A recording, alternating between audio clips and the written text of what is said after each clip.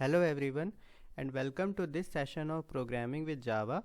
In this session, we are going to see the general overview of structure of a Java code. So here is our general structure. Let's understand them one by one in detail. The first line of our program is class, which is highlighted here. Now at moment we don't have to worry much about what are classes, and it would be sufficient to say that every activity in Java happen within a class, because Java is very object oriented in nature. Followed by the class keyword, we have the name of our class, which is main in this case. Now this name is the identifier by which we identify the class, so we will say that this is an identifier. Now every definition or activity of a class reside within open and close braces. So for example, right now this line public static void main lies within this open and close parenthesis, open and close curly braces basically. So we will say that this is a part of this main class. After the name of the class, we have public static void main followed by the some argument. So let's understand them. Now whenever we compile and run our code, then there would be some part of our code that will be always executed first, or the execution of our program will start from that part.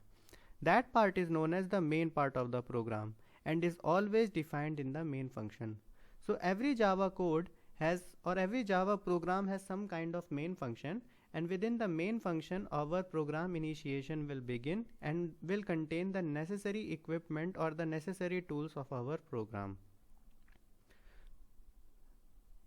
Now if main is a function, then it would either return something or maybe not return something. So this is specified by this keyword void. For example, we can ask our program to do something but don't give anything in output. Similarly, we can ask specifically for a output, or we may want our function to return something. So if our function is not returning anything, we use void keyword. The third thing to notice is the static keyword.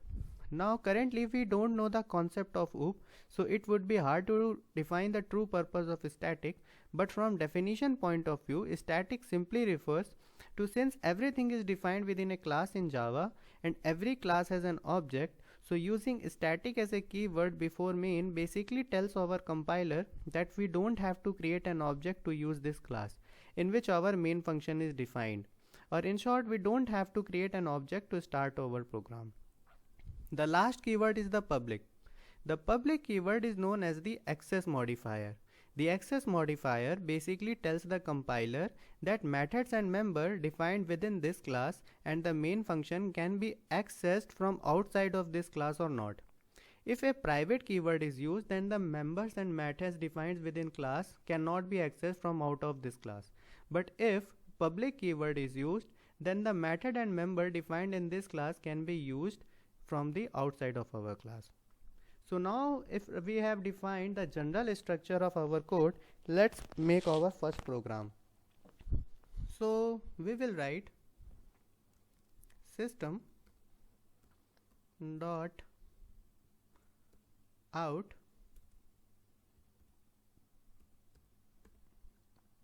dot println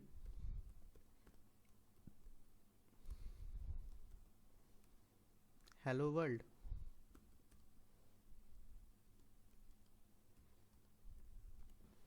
Now what is this line means?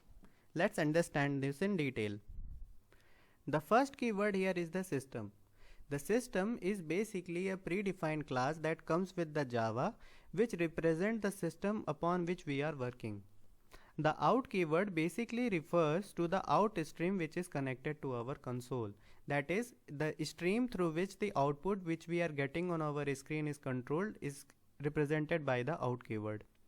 The println is the method defined within this system class which is used to represent what we are going to see in our screen. And the hello world is the string or the text value which is actually going to be represented on the screen. Now since hello world is enclosed within the quotation mark, so we will say that this is a string format of data type, because anything which is enclosed within double quotation mark will be taken as a string in Java. So now if we will run this program, Then Python will give us hello world as an output. So that's all for the general structure of a Java code. In the next session, we will see the different concepts of Java. Thank you. Hello everyone and welcome to this session of programming with Java. In this session, we are going to understand what do we mean by data types. Now data types are the different categories in which our data are divided. For example, consider we have a database of a class of students. Now in this database we have the name of the different student, the class in which they study, the age of the different student, the marks or the grade scored by them in their respective examination, and if they pass the exam or not. So as you can clearly see that the same database consists of three different kinds of values. For example, the name of the different student is an example of text values, the class, age and the grade scored by the student is an example of numerical values, and if the student passed the exam or not is an example of boolean value. So we will say that three different types of data is comprising this database. Now in Java we have basically two different kinds of data type. The first one is the primitive data type and the second one is non-primitive data type. The primitive data types come inherently with the Java and are the most basic building block for any programming to begin with, and they are the most basic building block for the data manipulation to occur. The second type of data type are the non-primitive data type, which are some advanced in nature and they are like strings and arrays. Now in this session we will not understand or explore the non-primitive data type, but as our course will progress we will also explore them in detail.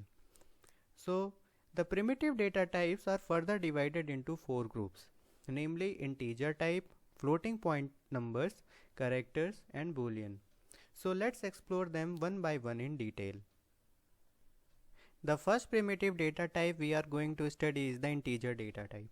The integer data type is basically used to represent positive and negative integers, and they are further divided into four different kinds, namely byte, short, int and long. Now this division is based upon how long integer these can store. For example, since the byte integer data type is 8-bit wide, so they can store small integers which ranges from -128 to 127. Similarly, the short integer data type uses 16 bits to store information, so they can store integers which are as long as 32,000. Similarly, the int data type uses 32 bits to store the information, so the integer that it can store can range from 2 billion. And similarly, when we have numbers which are very long, which integers such as representing the light year or any scientific notation, then for that purpose we use the long type of integer data type because they use 64 bits and are 64-bit wide. The second data type we have is the floating point number.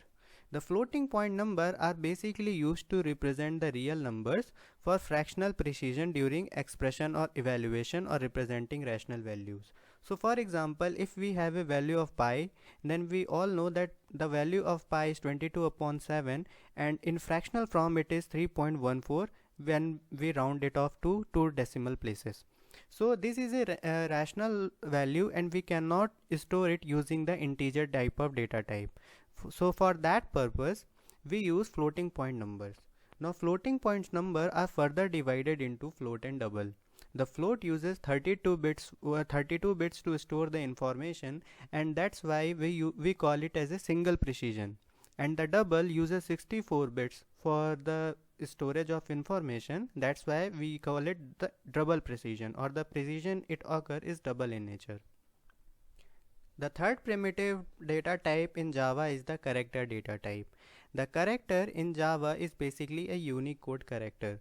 So first we have to understand what do we mean by Unicode. Unicode defines a fully international character set that can represent all of the characters found in all human languages. It is a unification of dozens of character sets such as Latin, Greek, Arabic, Cyrillic, Hebrew and Katakana. So for this purpose it requires 16-bit. In Java we have a 16-bit character types and it ranges from 0 to 65,536. and there are no negative cars. The last type of primitive data type we are going to study is the Boolean. The Boolean has basically only two values, namely true or false, and they are basically the result of any expression or any condition that it is true or false. For representing any data type as a Boolean in nature, we have to use the Boolean keyword in the declaration of our variable. So that's all for this session. In the next session, we will see how can we use these different kinds of data type with the variable and how the variables are declared and defined. Thank you. Hello everyone and welcome to this session of programming with Java. In this session, we are going to explore what do we mean by variables. Now, variables are the name of the block of memory which holds some kind of data. So for example, here we have a block of memory which is holding a integer value of 20 and the name of that block of memory is age. So we will say that age is a variable which is holding an integer value of 20. Now variable can store different types of values. For example, it can store numerical values, it can store integer values, it can store text values, it can store Unicode values, or it can store sentences and like a string, etc. It can also hold arrays. So variables are very dynamic in nature and they can store different kinds of values in Java. Now let's see how do we create variables in Java. To create variables in Java, first we declare the type of that variable. So as we explained that variable can store different kinds of values like integer values, text values, etc. So every time we have to define a variable in Java, we first have to define its type. So we first write the name of the type of our variable followed by the name of our variable which we intend to give to the block of memory, followed by the equal sign which is known as assignment operator and which suggests that we are giving the value to the variable, and after it the value which actually is stored in this variable, followed by the semicolon sign. In Java, every statement is ended with the semicolon sign and it indicates that the statement is over. Now let's head over to Eclipse and see how this is done in detail. So suppose we wanted to create a variable which is going to hold an integer value. So first we will write the type of the data type, that is integer, and integer is represented by int keyword. So we will write int followed by the name of our variable which is age in our case, followed by the assignment operator or equal sign, and afterward the value. Let's say the age variable is going to store a value of 50.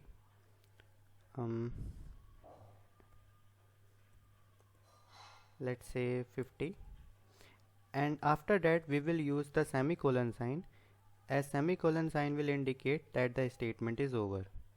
And now if we want to print this line, so if you remember how we were used to print any statement in the Java, we used to write system, that is calling the system class dot out dot print ln followed by the name of the variable which we want to print. So we will write age here followed by the semicolon sign, and if we run this, then we will get 50 in the output because we have created a variable age in which we have stored a value 50 and we are printing this using the println method. Now we can also create multiple variables in a single line itself.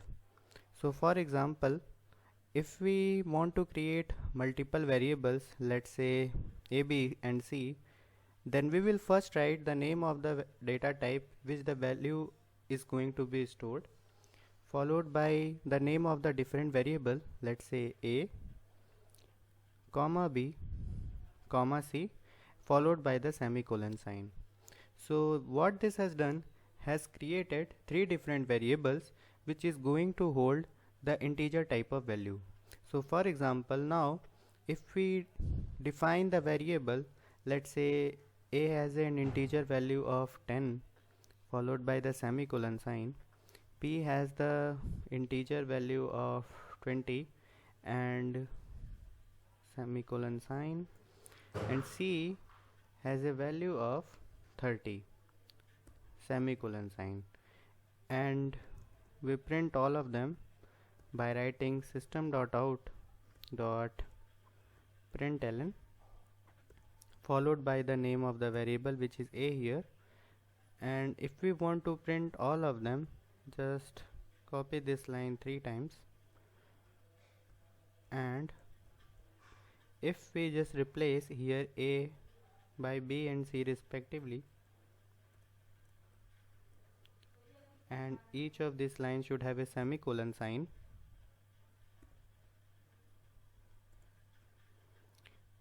and now if we run it, then as you can see that we are getting 10, 20 and 30 in the output. We can also define the values of the variable within the variable declaration itself. So for example, if we remove this 3 statement line and we want to declare the values within the declaration itself, then we can do that by writing a equals 10 followed by the comma sign, b equals 20 followed by the comma sign, c equals 30. And now if we run this again, then we will get the same output because we have defined the values stored in these variable a, b and c within the declaration itself. Similarly, we can also define other data type. So for example, if we want to define a character data type, then we will use the respective keyword for the character data type, which is char, followed by the name of the variable in which our value is going to be stored, let's say x, and followed by the character value, let's say it is a in our case here. And now if we want to print this variable x, then we will write system.out.println, and within the brackets we will write x followed by the semicolon sign, and if we run it again, we get a as an output. So this is how we declare variables in Java. In the next session we will see other concepts of Java.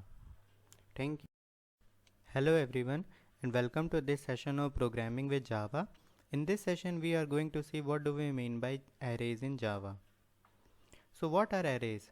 Arrays are basically sequence of values which belong to a similar data type. So let's say for example we have a sequence of numbers.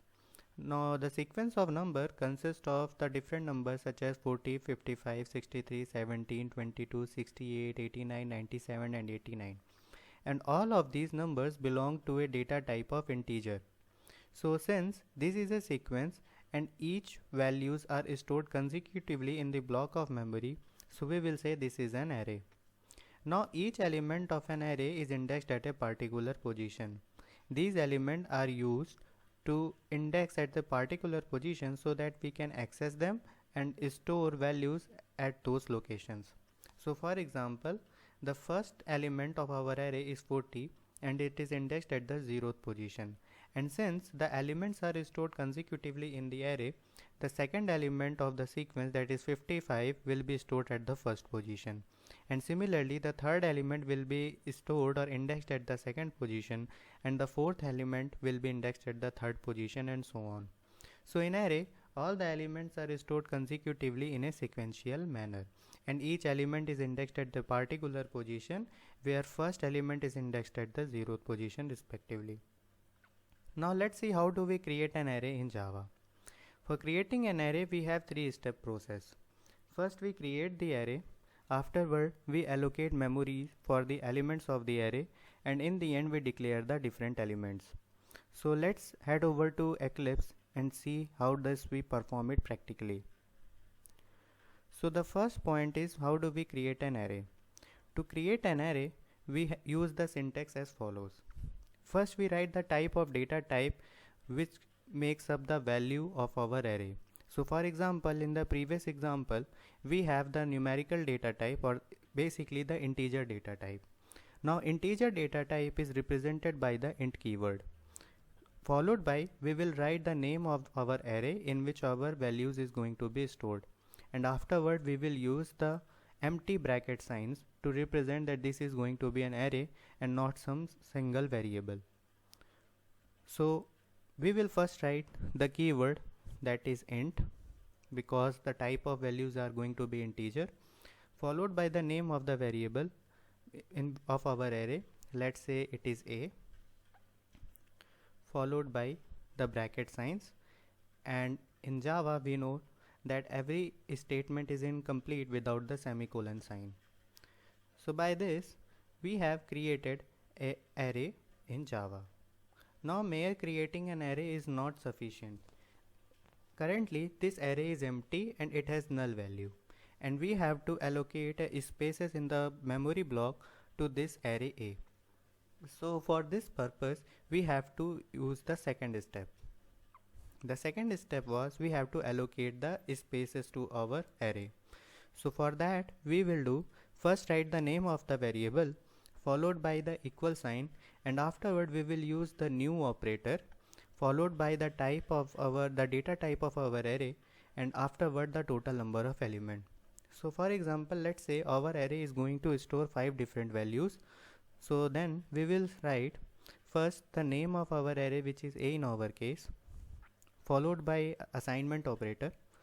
Afterward we will use the new keyword, new operator, followed by the type of our array, which is integer, and followed by the total number of values our array is going to store, which is 5 in our case. So we will say 5, followed by the semicolon sign to complete the statement.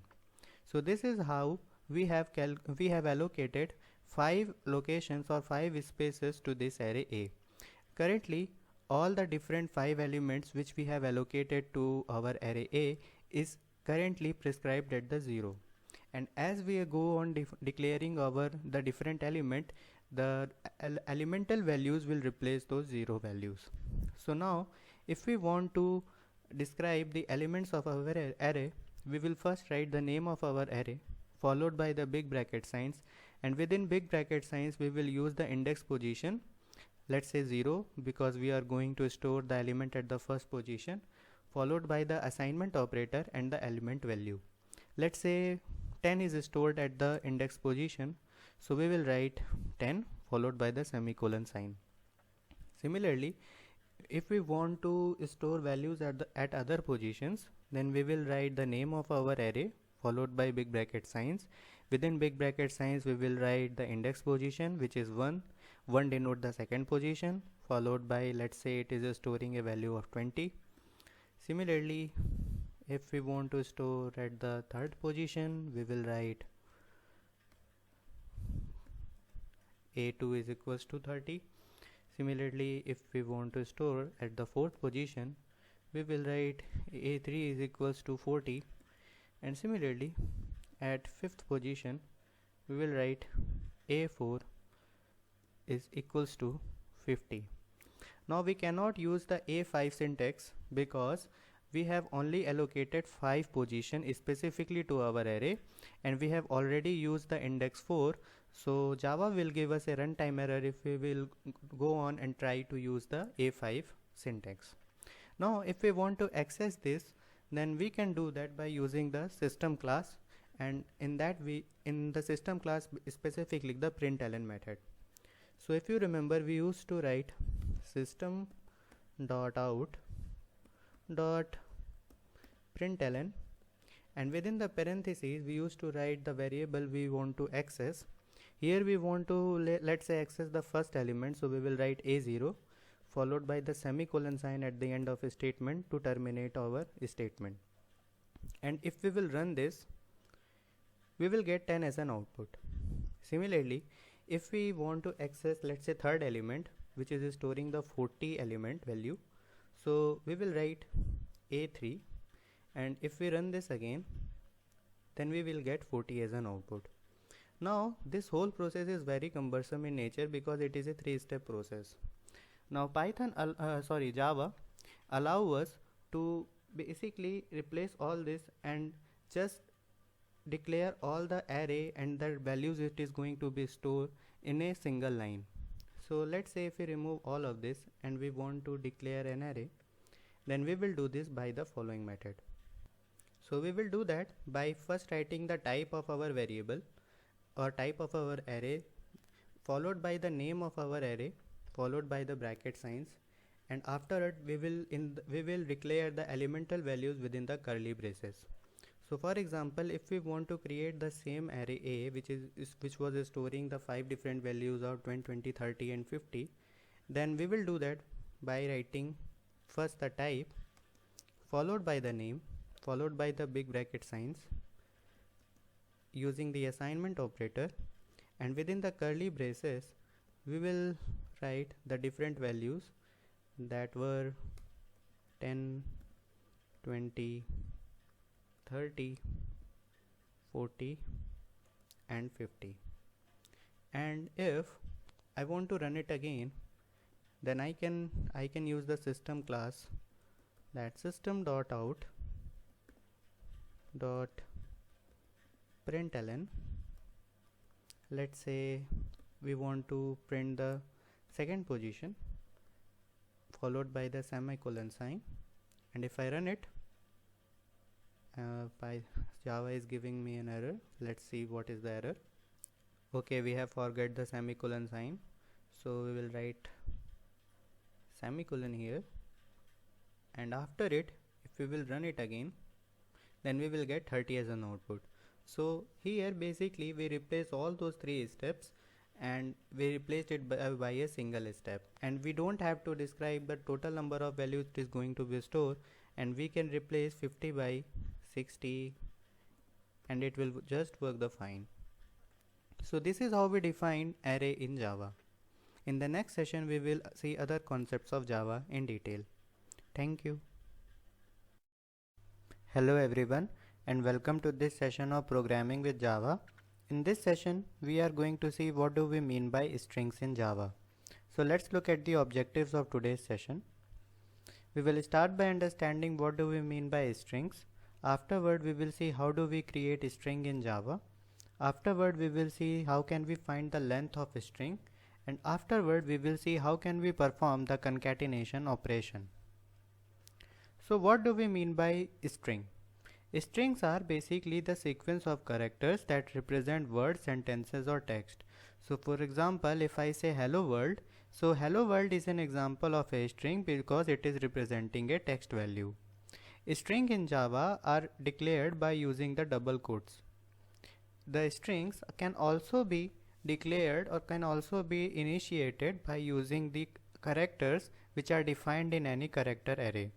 Now if you remember our data type session, characters were the Unicode character that represented a single character, and they were defined using the single quotation mark. So if we have an array of different characters and we want to make a string out of those characters, then we can also do it. Strings are immutable in nature. What does immutability means? Immutability means that once the string is defined within a variable, then any character of the string cannot be compromised, or that string cannot be reassigned or rechanged. Now let's see how can we create a string in Java. To create a string we have basically 2 methods. As we described earlier, we can create a string by initializing from it a character array, and the second method is by using the double quotation method. So let's explore them one by one. The first method is of the character array initialization. We first create a character array and store the different Unicode characters in them, in which the different characters are separated by commas, and afterward by using the string keyword we first write the string, afterward the name of the string, afterward we use the new operator followed by the string keyword again and the name of the array from which we want to initialize our string. Now at currently it may not make any sense, but let's head over to Eclipse Java and understand what do we mean by this in detail. So let's say we have a character array. So how can we create a character array? We will first write the char keyword followed by the name of our character array. Let's say it is A, and since it is an array we use the bracket notation followed by the assignment sign, and afterward we will create a block using the curly braces, and within this curly brace we have to define our different Unicode characters. Now let's say we want to define a name John. Now John is made up of 4 different Unicode characters, namely J, O, H and N. So how will we do it? We will define the 4 characters with the single quotation marks, and each of those characters will be separated by commas. So J, O, H and N. So these are the 4 different characters in our character array A. Now if we want to initialize a string from this, then we will first write the string keyword, that is string, followed by the name of our string, let's say it is S, followed by the new keyword, followed by the string keyword again, and afterward the parentheses, and within the parentheses we have to write the name of the array from which we are importing our different characters. So it is A in our case because A is the character array, so we will write A within the parentheses, and afterward we will use the semicolon sign to end our statement. Now we can print this string by using the system class. So we will write system dot out using the println method, and within the parentheses the string which is S in our case, and afterward using the semicolon sign to end the statement. And if we will run this, we will get John in the output. So this is how we create or initialize a string by the character array. The second method of creating a string is using the double quotation mark. So we will first write the string keyword followed by the name of our string, and afterward we will write the string itself. So for example, let's say we want to create a string hello world. So let's remove all of it. So if we want to create a string hello world, we will first write the keyword, that is string, and let's say our string name is S, followed by string in the double quotation mark. Now the string we want to define is the hello world, so we will write hello world within the double quotation mark and followed by semicolon at the end to terminate the statement, and after it we will write system dot out to use the println method, so we can print our output, followed by the semicolon sign, and if we will run it again, we will get hello world in the output as a result. So this is the two method by which we create or initialize a string in Java. Now let's see how can we find the length of a string. We can find the length of a string by using the length method. The general syntax of length method is first we write the name of our string followed by dot length and the open and close parentheses. So if we want to find out the length of this string S, then and we want to print it out on our screen, so we will again use the system dot out class to use the println function or println method, and within the parentheses of the println we will write S, that is name of our string, followed by the dot sign, followed by the length method which is length followed by the open and close parentheses. So if we will run this again, then we will get 11 in the output because there are 11 different characters which are making up our string hello world. So this is how we can find the different length of our string. The last topic we are going to see in this session is the string concatenation. The string concatenation basically refers to addition of two strings. So let's say, for example,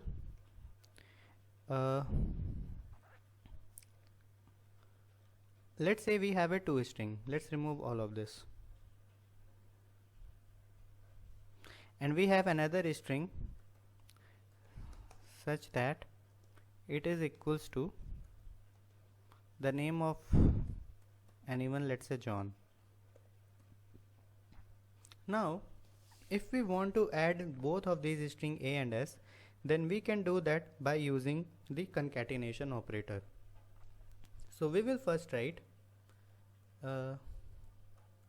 system dot out to use the println, and within parentheses we can either add first the string itself. So we will write hello world within the double quotation mark. Afterward we will use the addition or concatenation operator, followed by another string defined in the double quotation mark, and afterward the semicolon to terminate our statement. And if we will run this, we will get output hello world John. So as you can clearly see, the Java has added these two strings within the println method itself. Now we can also use the variable in which these strings are stored. So since hello world is stored in the S string, John is stored in the A string, so we can combine them also. So if we replace these strings by the name of the variable in which they are stored, so let's say S plus A, and run our program again, we will get the same output, that is hello world John. So this is also how can we perform the concatenation operation in Java string. So let's look at the summary of our session. Strings are sequence of characters. They are declared using the string keyword. They are immutable in nature. They can be initialized from the character array. Length method is used to find the length of our string, and strings can be concatenated using the plus operator. So that's all for this session. In the next session we will see other concepts of Java in detail. Hello everyone, and welcome to this session of programming with Java. In this session we are going to see what do we mean by operators in Java programming language. So let's look at the objectives of our session. We will start by understanding what do we mean by operators, and afterward we will see the types of operators offered by Java. So let's start our session.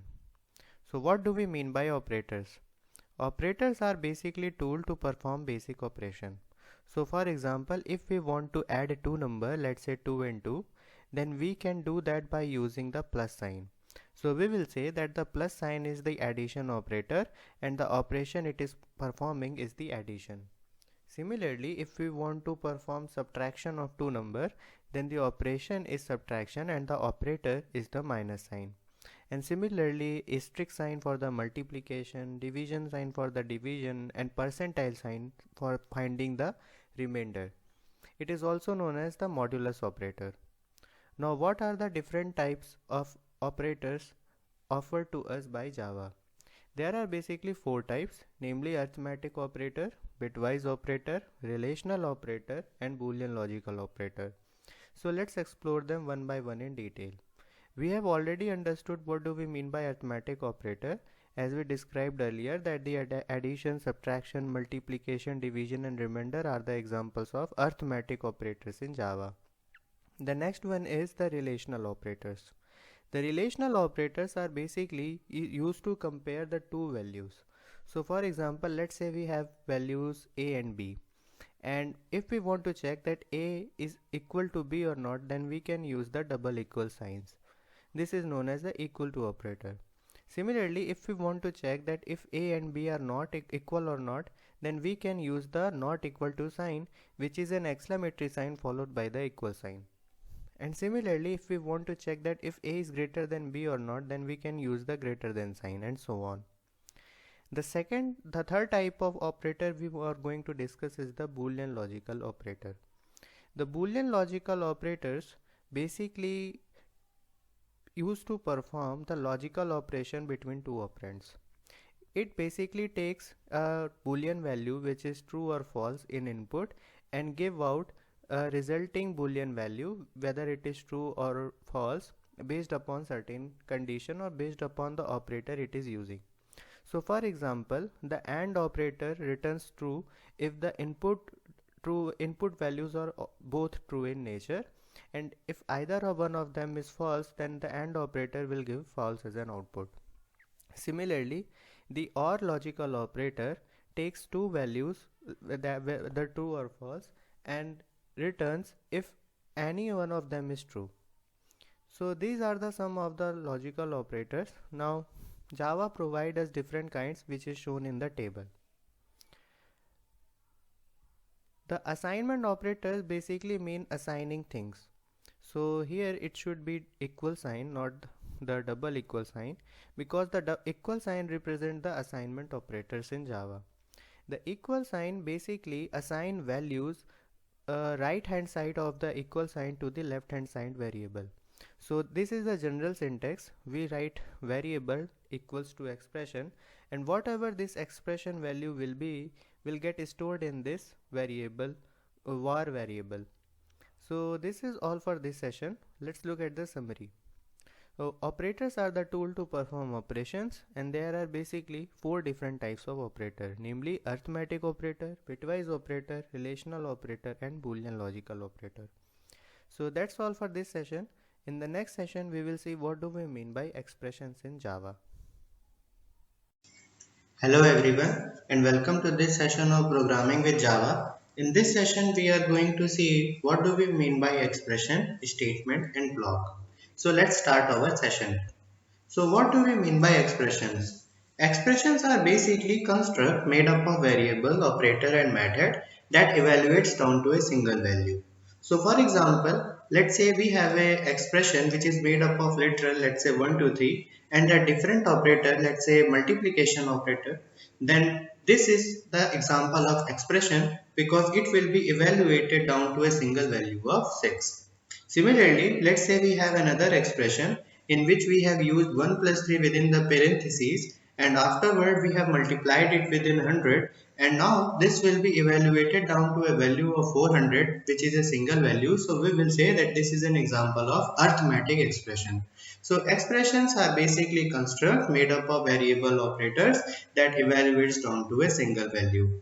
Now Java allows making compound expressions from the single expression. So for example, these expression 1, 2, 3, num equals 500, these are the example of simple expression, and we can combine them using the logical operators and other operators to form a compound expressions. Now what do we mean by a statement? A statement is basically a unit of execution, and when we use the semicolon sign after the expression, we convert the expression into a statement. A statement basically refers to that we are telling our compiler that we have to perform this kind of operation. Now in Java we have basically three different kinds of statement, namely expression statement, declaration statement and control flow statement. So what do we mean by expression statement? Expression statements are basically the expressions which evaluates down to value. For example, here 1, 2, 3, and when we multiply it together and put a semicolon sign at the end of it, we will convert it into an example of expression statements. The second one is the declaration statement. The declaration statement is when we define any variable or method. So for example, here num is equals to 500 is an example of declaration statement because we are declaring that we have a variable num which is an example of integer and it is storing a value of 500. The third type of expression statement we have is the control flow statement. The control flow statement is basically used to control the execution or flow of our program, and we will explore the control flow statements in detail in the upcoming sessions.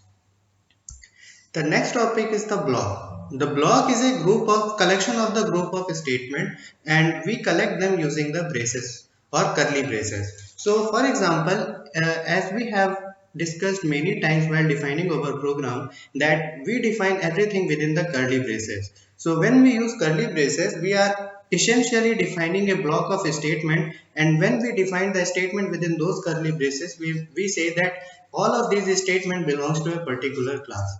So in short, when we use the curly braces, we are basically creating a packet of similar kind of statement and telling our program that they belong to a simple class or a simple kind of methods. So in the end, we are going to discuss the last topic, which is operator precedence. Now, when there are multiple expressions, multiple operators in our same expression, then we evaluate the operations or the operators based upon the precedence they get in the precedence table. So for example, the parentheses sits at the top of the precedence table. So if any expression consists of parentheses, then the parentheses and the operators within that parentheses will be evaluated first. And similarly, the parentheses is followed by postfix, which is followed by prefix, multiplication, addition, relation, and logical. So for example, let's say we have a integer a which is equals to 1 plus 2 divided by 3 and multiplied by 4. Now, if I have to evaluate this simple expression, then and we have to get it output, then we will write system.out.println followed by the name of the variable in which our expression is stored, which is a in uppercase. And if we run this, we will get 1 as an output. Let's make it a double so that we can also store integer value or decimal values as well. So if we will run it again, then we will get 1.0 as an output. But suppose we put these 1 plus 2 operators and the plus operator sign into the parentheses, then if we evaluate it again, we will get an output of 4.0 because now the values within this parenthesis, that is operands 1 and 2, will be operated first, and afterward the 3 and the 4 and their respective operation will be performed, because if you remember in the precedence table, parenthesis sits at the top and will get the highest priority. So that's all for this session. In the next session, we will see what are the different control flow statements in Java. Thank you. Hello everyone and welcome to this session of programming with Java. In this session, we will see what do we mean by control flow in Java programming language. So let's look at the objectives of our session. We will start by understanding what do we mean by control flow, and afterward we will see the different types of control flow statement in Java. So what do we mean by control flow? Control flow basically refers to controlling the flow or execution of our program. Now this flow of execution can depend upon certain conditions, and if the conditions are evaluated down to a true value, then we will follow some path, and if the condition is evaluated down to a false value, then our program will follow a different path. So based upon the condition, we will control the execution or path at which our program will go. So for example, let's say we are designing a program which deals with the student belonging to some class. If the student passes the exam, let's say we have a student, and if a student passes the exam, then we say that congrats and give him his respective grade. And if the student fails the exam, then we will say that sorry, or the program will say sorry you failed, take exam again. So our program will have the both definition, that is, if the student passes the exam, then it will also have a block of statement which will say that congrats and have a grade, and we will also have a block which will only be executed when our student fails the exam, and we will say that sorry and take exam again. So based upon the condition that the student pass the exam or not, the flow or execution or the path at which program will go will be executed or controlled. So this is known as control flow in Java. Now what do we mean by conditions? Conditions basically refers to the situation which has two outcomes. These two outcomes are either true or false.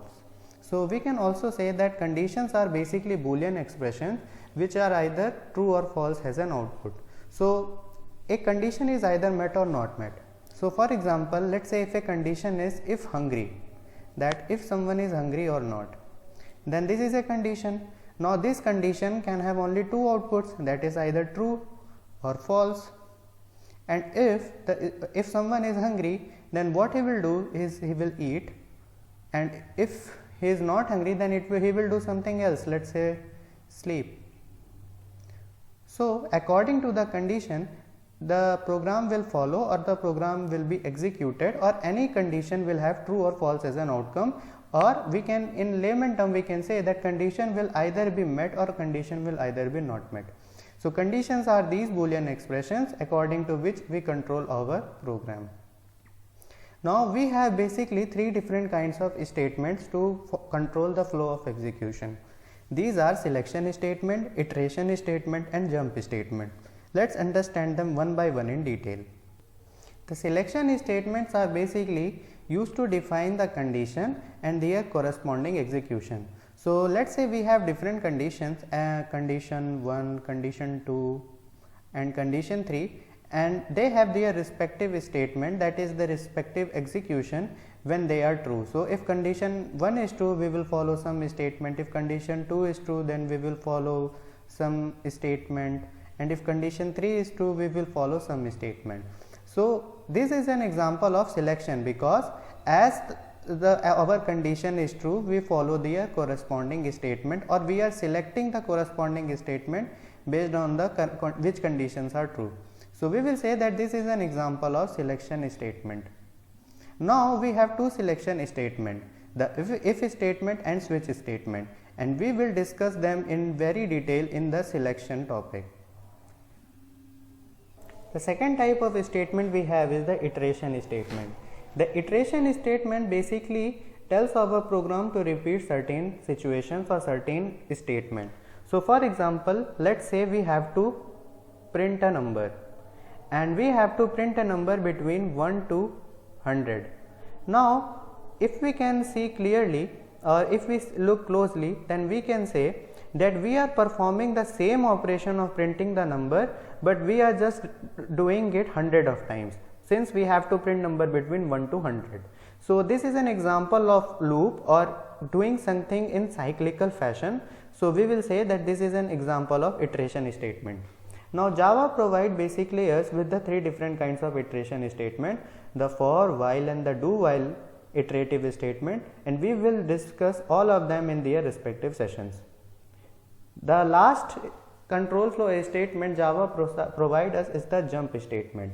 The jump statement basically helps us to control the execution of program in the non-linear fashion.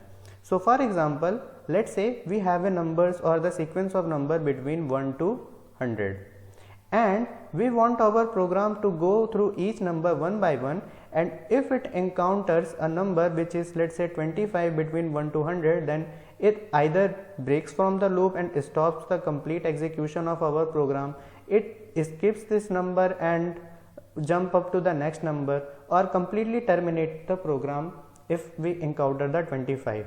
So all these kinds of three operations can be performed by the break, continue and the return jump statement that Java provides us. So let's look at the summary of our session. We saw that the control flow basically refers to controlling the flow path or execution of our program. Java provides three different types of control flow statement, and the three statements are selection, iteration and jump. In the next session, we will understand all of these three statements with their respective keywords in detail. Thank you. Hello everyone, and welcome to this session of programming with Java. In this session, we are going to look into deeper detail the selection statement, and within selection statement specifically the if statement. So let's start our session. The if statement are basically conditional branch statement that route the execution of program in two parts depending upon the condition is true or not. So if you remember our previous session, there we defined that the conditions are the situation which are Boolean expression and evaluates down to a value of either true, that is conditions are met, or either false, that is conditions are not met. And if the conditions are met, that is the output is true, then we do something, and if the output is false, then we do something else. So for example, let's say we are hungry. Now hungry is a condition, and if we are hungry, that is the result is true, then we will eat something, and if we are not hungry, that the result is false, then we will not eat something. Let's say we will sleep then.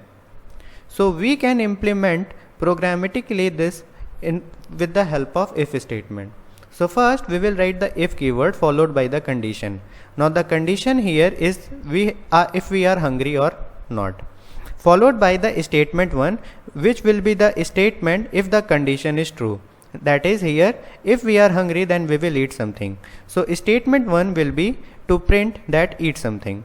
And if the condition is not true, that is we are not hungry, then afterward we will write it after the else keyword. That is, else if the condition is not true, then we will not eat something, we will else sleep. So statement 2 will be the sleep. So this is how we practically implement any condition in Java. So for example, let's say we have to design a program which checks marks of the student such that if the marks is greater than 50, then a student has passed the exam, and if the marks is less than 50, then the student has failed the exam. So if we identify the condition in this whole problem statement is if the student has passed the exam or not. So we will say that it is a condition. And passing of any student is dependent upon the marks obtained. If the marks is greater than 50, then our program will give an output that you passed. And if the marks obtained are less than 50, let's say, then our program will give an output that sorry, take exam again.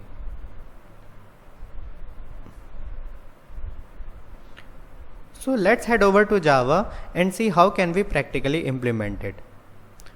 So first we have to create a variable marks in which our marks are stored. Now marks can be the integer value, so we will write int followed by the name of our variable, that is marks, and followed by the semicolon sign to terminate the statement or complete the statement. Afterward we will define our condition.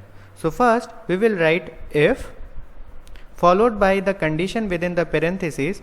If you remember our if syntax, that is, we first write the if keyword followed by the condition. So conditions are defined within the parentheses, so we will write if followed by the parentheses and condition. Our condition is that if the student has marks which is greater than 50 or not, so we will write marks is greater than 50, followed by the statement which will be evaluated if this conditions comes out to be true. Now we can define a statement either within the curly braces or without curly braces. Now if there are multiple statements, we have to define conditions within a block, so we will have to use the curly braces. But if there is only a single statement, then we can define it without the use of curly braces. Now it is recommended that we always use the curly braces to define the statement of the if condition. So we will write the curly braces or make a brackets, and within these curly braces we will write the statement which will be evaluated if the marks obtained is greater than 50. And the statement is that our program has to print the result on the screen that congrats, you passed the exam. So for printing the result we will use the system class, that is system.out, so that we can access the println method, and within that we will define a string that congrats,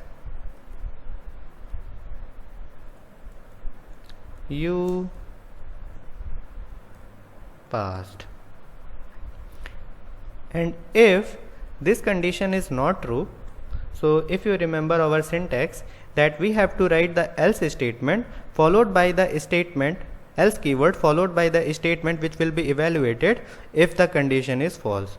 So we will write after this curly braces that else,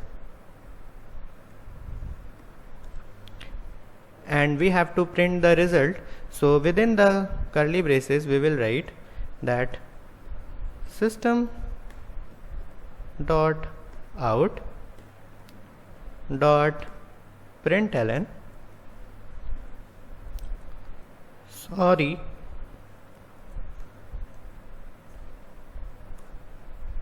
you failed. and we have to put a semicolon sign at the end of statements, and we have to end this block as well. So now we have designed our program. Let me improve its readability so that we can easily see what's going on. Now we have to give some value to our marks. So let's say the first student scored the marks, let's say 45. So we will write marks equal 45 followed by the semicolon, and if we run this, then we will get an output that sorry you failed because 45 is less than 50. So this statement, that is congrats you passed, will not be executed, but the statement after else, that is if the condition is false and or condition is not met, then it will be result that sorry you failed. So similarly, if we remove this 45 by let's say a 55 marks which is greater than 50, and if we evaluate the program again, then we will get a result that congrats you passed the exam because marks is greater than 50 and condition become true or condition is met, then the statement which follows the condition will be executed and we will get congrats you passed the exam. So that's all for this session. In the next session we will see the else if ladder and the nested if else within the Java. Thank you. Hello everyone and welcome to this session of programming with Java. In this session we will continue our discussion on the selection statement and we will further see how can we perform the nested if else and if else if ladder in Java. So nested if else is used when we have certain set of condition which is in turn dependent upon some condition. So for example, if we take our previous condition of hungry, then previously we were checking that if we are hungry or not. So we used to write that hungry, and if hungry is true, then we will eat, then we were eating something, and if it is false, then we were sleeping. But let's say if we are hungry and we want to eat something, then we will check that if there is any food in the house or not. So if there is something to eat, let's say if there is any solid food to eat, then we will say eating solid food. But if there is nothing to eat, then we will go outside and buy some food. So we have this two condition, that if there is anything at home to eat or not, and if there is anything at home to eat, then we will eat at home, and if there is nothing to eat, then we will go outside and buy some food. But all of these condition will be executed or will have any relevance or significance when we are hungry at the first place. So if we are not hungry, we will just go back to sleeping. So these two conditions are further dependent upon this condition, that if we are hungry or not. So to implement these kinds of condition, we use the nested if conditions. So first we write the if keyword followed by the main condition, which is if we are hungry or not. So if we are hungry, then our program will check the further condition, that if there is something at home to eat or not. If there is something at home, that is condition 1 is evaluated to true, then we will execute the statement 1, that is eating the solid food. And if there is nothing at home to eat, then we will say that go outside and buy some food. Similarly, if the main condition is not true, that it is not get executed, then we will execute the statement 3, that is we will go back to sleeping. So to understand this in detail, let's look at a problem statement. Suppose we have to design a program that checks the marks of the student. If the student has passed the exam, then check if the marks scored in languages is greater than science or not. And if the student has failed the exam, then return the number of marks by which student has failed. So to implement this in Java, we first have to look at our approach. So our first condition is that if the student has passed the exam or not in the first place, that is the marks is greater than 50 or not. Now if the marks is greater than 50, then our program will check for two other conditions, that is if the marks scored in languages is greater than science or not, and if the marks scored in languages is less than science. Now if the marks scored in languages is greater than science, then our program will give an output that U scored more in languages. And similarly, if the marks scored in languages is less than science, then our program will give an output that you scored more in science. But all of this condition will only be executed when our marks is greater than 15 at the first place. And if the marks scored is not less than 50, then all of this program will never get executed, and our program just say, sorry, you failed. So let's head over to Java and see how can we implement this. So first we have to define a variable which will be of integer data type and such that we can store marks in it. After it, we have to define our nested if else conditions. So first we will define the main condition. So we will write the if keyword, and within the parentheses our first condition or the main condition, that is marks is greater than 50. Now if the marks is greater than 50, then we have to perform certain set of conditions. The first condition we are going to perform is that we have to check the marks scored in languages. So we have languages and science. So we have to also create two new variables such that we can store the marks scored by languages and the marks scored by science in them. Okay, now we have to define these two conditions within this if conditions itself. So we will write that if marks or languages is greater than science, then we have to perform certain condition which are that we have to print at our screen. So we will use the println method.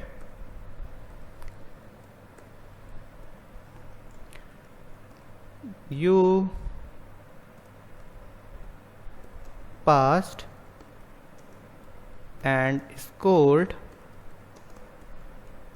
greater in languages.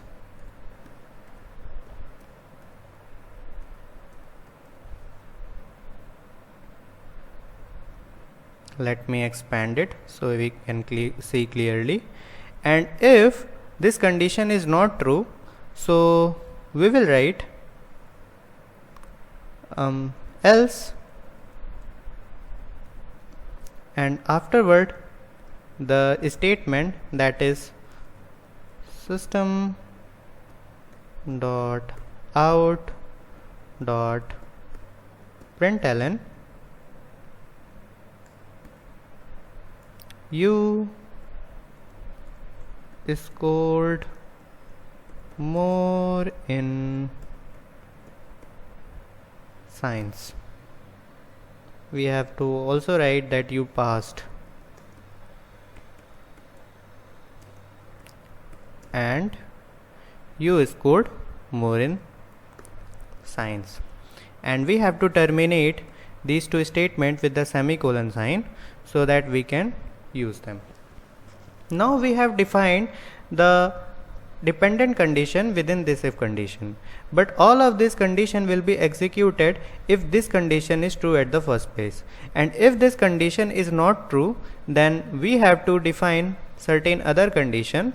So we have to define the else keyword else as well. So we will write else if the marks is not greater than 50, then we will just print at our output, that is system.out.println that sorry,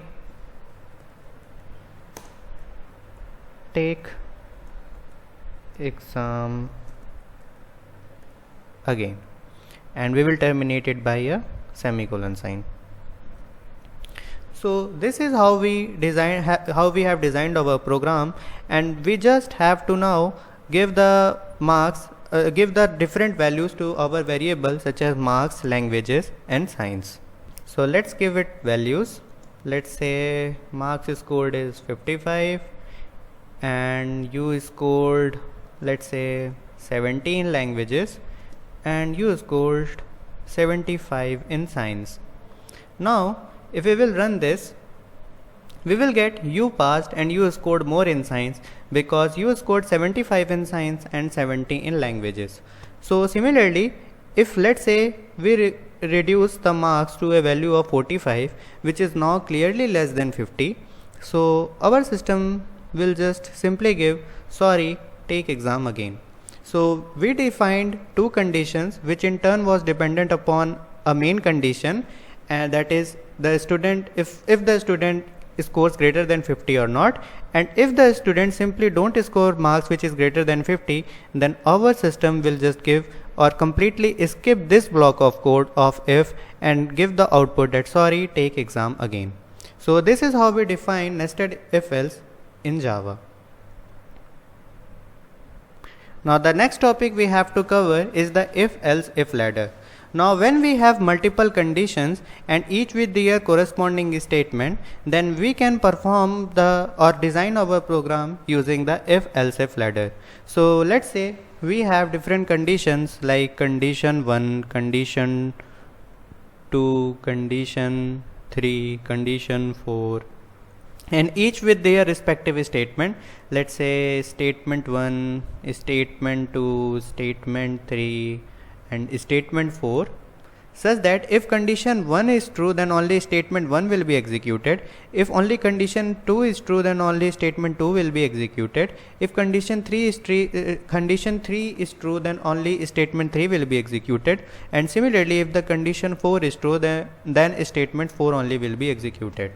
So the general syntax of using the if else if ladder is first we write the if condition followed by the first condition and its corresponding statement, followed by the else if keyword.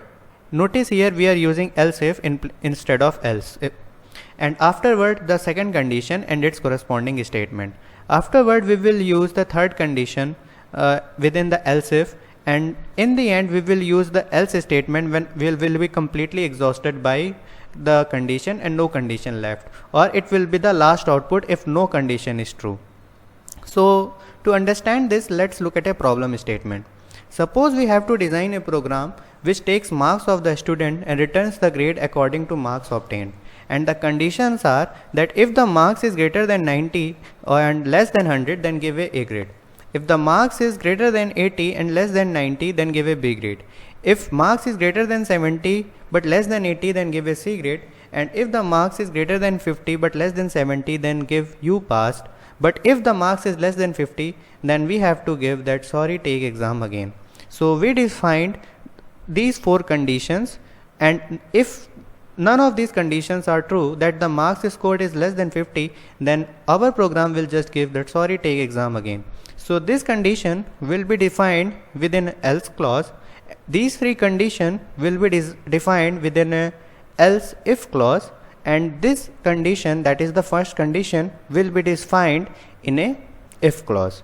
So let's head over to Eclipse and see how can we perform. So to perform this operation or design this program, we first have to define a variable called marks in which our values are going to be stored.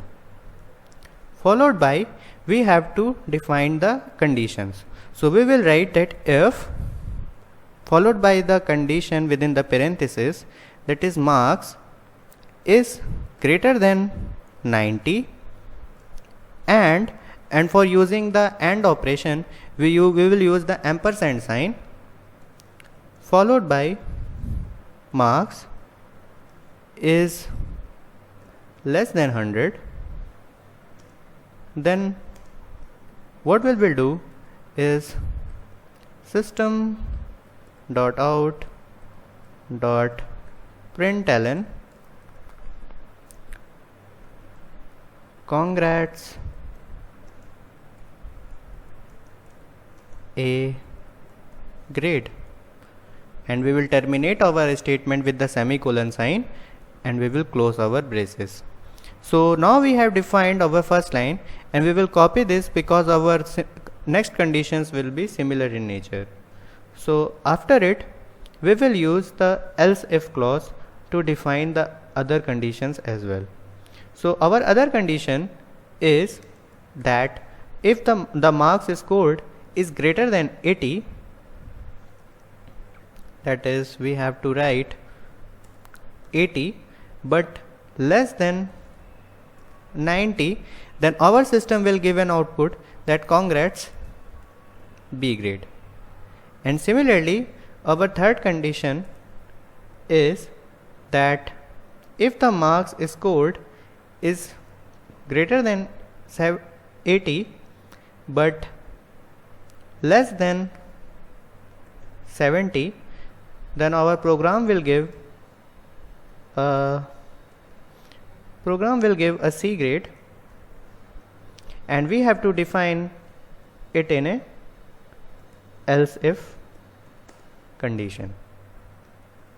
After it, we also have another condition that if the marks are greater than 50 but less than 70, then our program will just say that you passed and won't give any grade. And if either of these conditions are not true, that is if, let's say, we have neither of these conditions true, then our program will simply print that system dot out dot println sorry take exam again. We have to define it within the curly braces instead of parentheses. So now we have designed our program. Now let's give some values to our marks. So let's say we give it a value of 75. We have to use the assignment operator, and now if we will run this, we'll get an output. Sorry, we have made a mistake. Okay, we have to write 70 here and 80 here, otherwise we will get a logical error.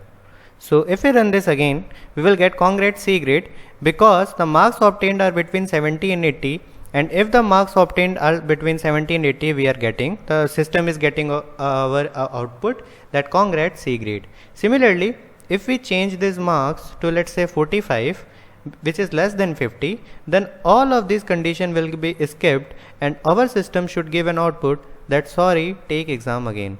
So if we will run this, we will get sorry, take exam again. So that's how we define the multiple else if ladder using the multiple condition using the else if ladder in Java. In the next session, we are going to discuss the switch statement in Java programming language. Thank you. Hello everyone, and welcome to this session of programming with Java. So we will continue our discussion on the selection statement, and we will see the switch statement in Java programming language. So switch statements are very much similar to the if else if ladder, where we saw that we had multiple conditions and with their corresponding statement, and we have to design a program keeping in mind with the all condition and with the all corresponding statement. So switch statements are very much like that, but instead of defining the multiple condition, we define the multiple cases according to the value of expression. So for example, we have different cases here like case 1, case 2, case 3 and case 4 and a default value. So according to the value of expression, the corresponding case will be executed. That is, for example, let's say the value is very much in the sync with the case 2. So case 2 will be executed and statement 2 will be executed, and our program will break or our program will terminate it and reach to the end. And if neither of these three cases are satisfied by the value of the expression, then our program will execute the default condition. So statement 5 will be executed and then break will occur. Now we will discuss about the break statement, which is an example of jump statement in the jump statement session. But right now we will use break for the termination of our program when certain case gets satisfied or certain expression value is in sync with the case value and that case get executed. So the general syntax of the switch statement is, we first write the switch keyword followed by the expression followed by the curly braces, and afterward we will define the different case values. So for example, here we have defined 3 cases values, and if either of these case values are not true, then we will execute the default values of our sequence. So for example, here we have defined the first case as a value 1. So if the value of expression is value 1, then the first case, that is this case, will be executed and statement sequence will be executed. Similarly, if the value of the expression is value 2, then this case will be executed, and similarly if the value of the expression is value 3, then this case will be executed. And if the value of the expression is neither value 1, value 2 or value 3, then the default statement sequence will be executed in our Java. So let's look at a problem statement. Suppose we have to design a program that take an integer value and return the corresponding month. So if we identify the expression here, our expression, let me draw it. So our expression is basically the input integer value, which could be 1, 2, 3 to the point 12, because there are 12 months in a year. And the different cases are that if the value of expression, that is case, is 1, then our program will give January as an output. And similarly for case 2, our program will get Feb, and for case 3, our program will get March as an output. Because these are the different cases, and these cases or these values which the user input is first evaluated or checked with the value of the expression, and if these expression values correspond with the different cases, then that statement or that statement sequences will be executed. So let's head over to Java and see how this can be designed in Java programming language. So first we will define a variable which will be of integer data type month, such that we can store the integer value in it. Afterward we will first use the switch keyword followed by the condition, that is month in our case, followed by the different curly braces. And now within these curly braces we will define our various cases. So first we will write case followed by, if the value of month is equals to 1, so we will write case 1 and followed by the colon sign. Notice we are using the colon sign here instead of the semicolon sign. And afterward we will write system dot out dot println January, because the month corresponding to the one value is January, because January is the first month of the year. And afterward, after executing this print statement, we want our program to terminate, so that's why we will use the break statement. So now we have to repeat these cases multiple number of times. So I will just copy it, and after it I will print it multiple numbers of time. So we will print again. Let's do it 5 times. I think 5 times is enough, and replaces the different case values by their corresponding statement values. So for case 2 we have Feb, for case 3 we have the month of March, for case 4 we have a corresponding month of, let's say, April, and for case 5 we have a corresponding month of June. So now we have designed our program with the 5 different cases and the respective values. So now we have to give some value to our month. Let's say we give it a value of 2. So if I will run it, we will get Feb as an output, because as soon as we give month as a value of 2, then our Java program or compiler will jump to the case 2 value and will execute the corresponding statement. So the corresponding statement to case 2 is February, and our program will return an output of Feb, and it will break from the program. Similarly, if we remove this month with a value of, let's say, 4 and run again, our program will jump to the value of case 4 and will execute its corresponding statement, which is April in our case. So it will print out April, and followed by the April statement execution, it will jump to the break statement and our program will terminate again. So this is how we perform the switch statement in Java programming language. So that concludes our selection control statements in Java. From the next session, we will see the iterative control statements. In that we will see the different loops, namely while loop, for loop and do while loop in Java. So that's all for this session. Thank you. Hello everyone, and welcome to this session of programming with Java.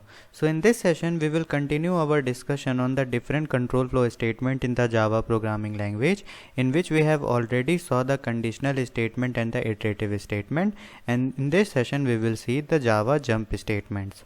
Now jump statements are basically used to change the normal execution or flow of any loop.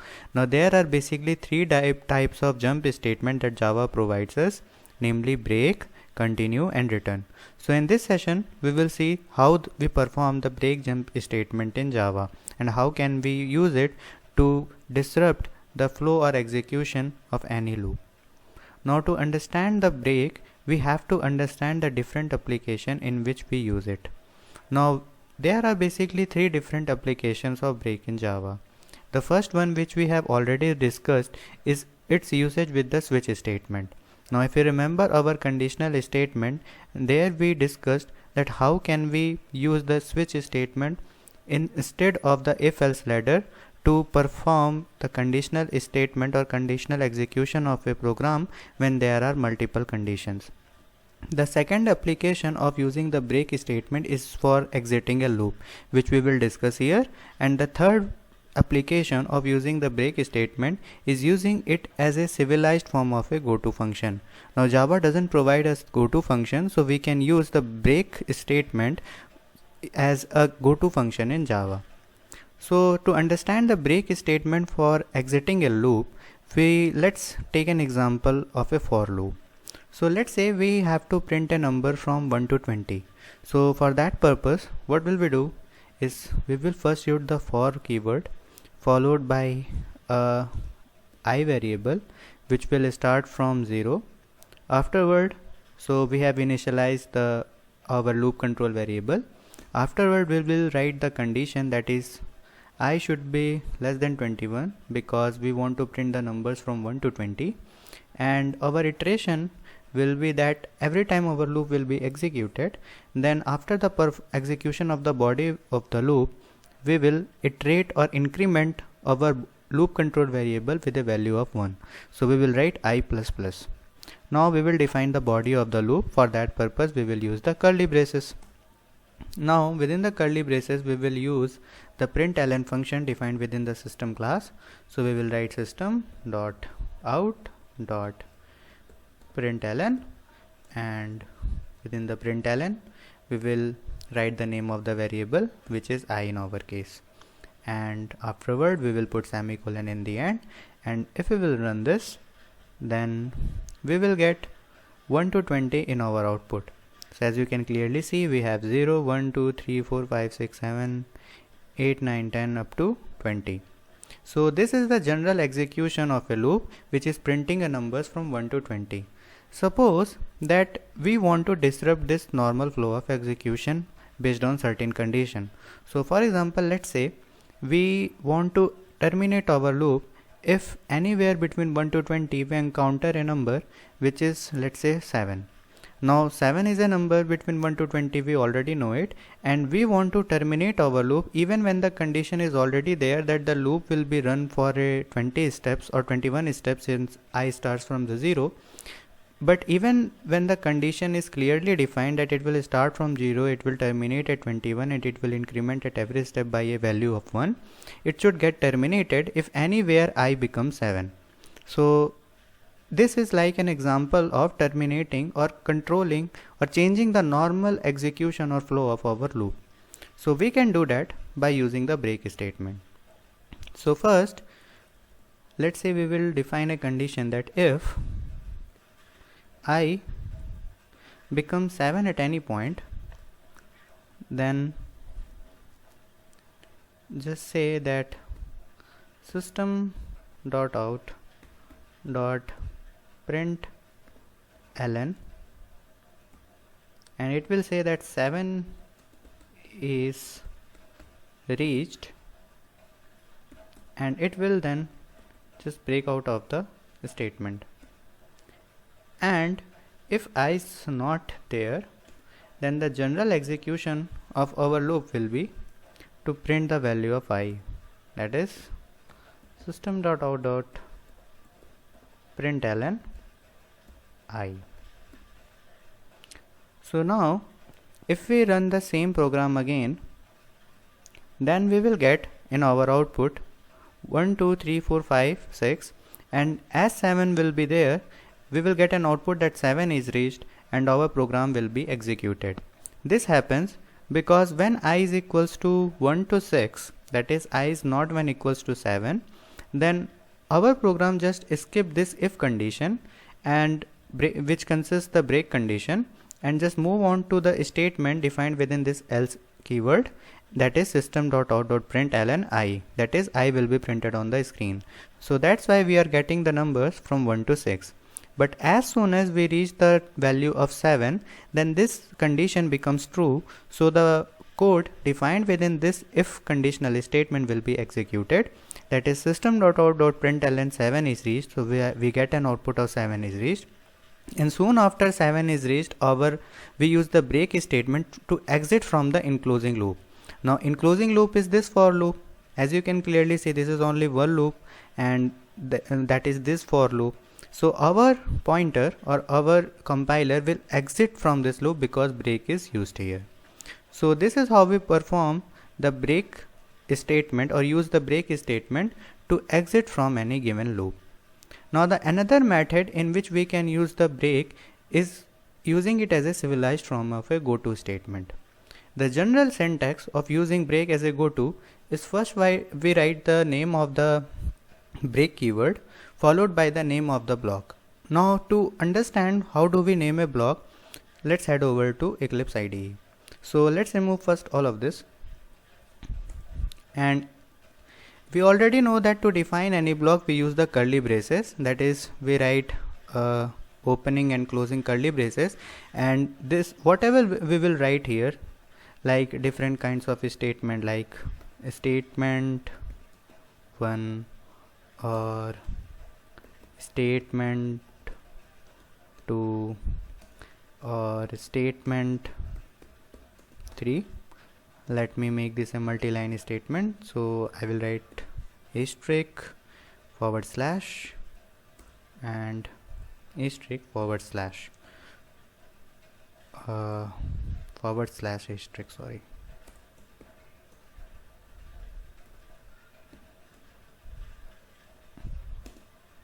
So now we have created a block in which we have defined the different types of statement, or statement 1 or statement 2 and statement 3. Now to name this block, we just write the name of the block, let's say my block, and afterward we will use the colon sign. Now we have created a block which has a label or which has a name of my block.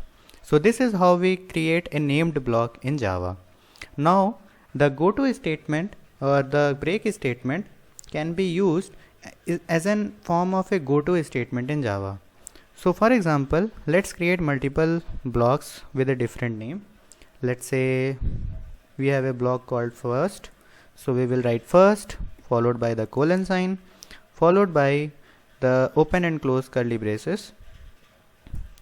And within this first block, we defined another block or nest another block, let's say second.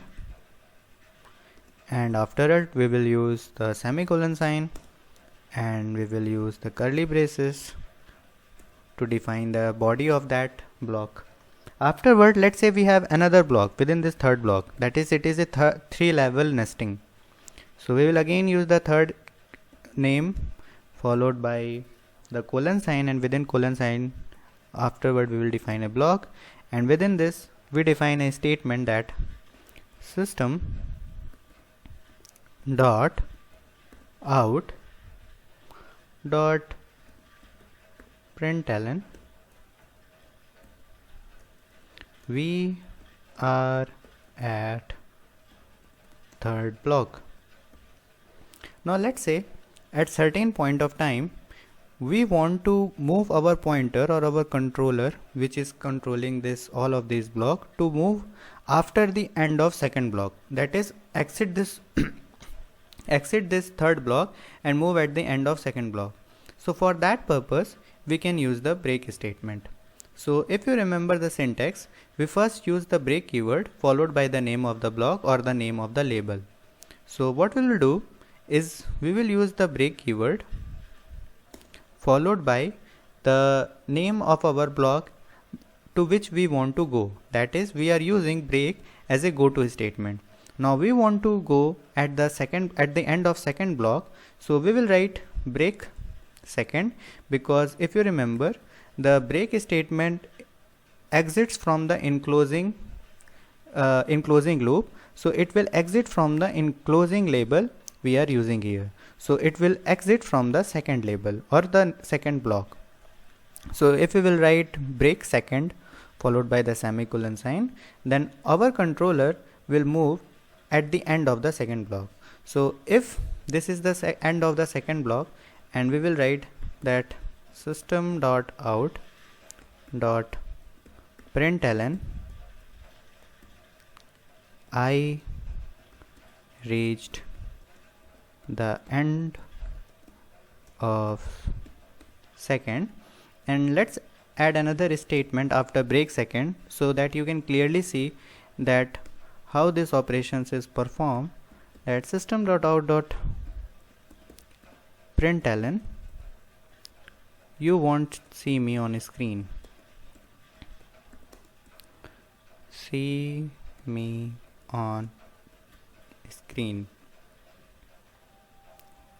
and we should terminate all of this statement. And if we will run this, we have some kind of error. Okay, we need to make this break statement conditional, so we will define a boolean value, that is boolean, let's say a, and if a is going to be true, then only break second will get executed. So let's make it a true, and afterward let's define it here that if a, then only break second. So now we have removed this error, because in the first case because we were using the break second without any other condition, so the pointer was not able to move past it and it was giving the error.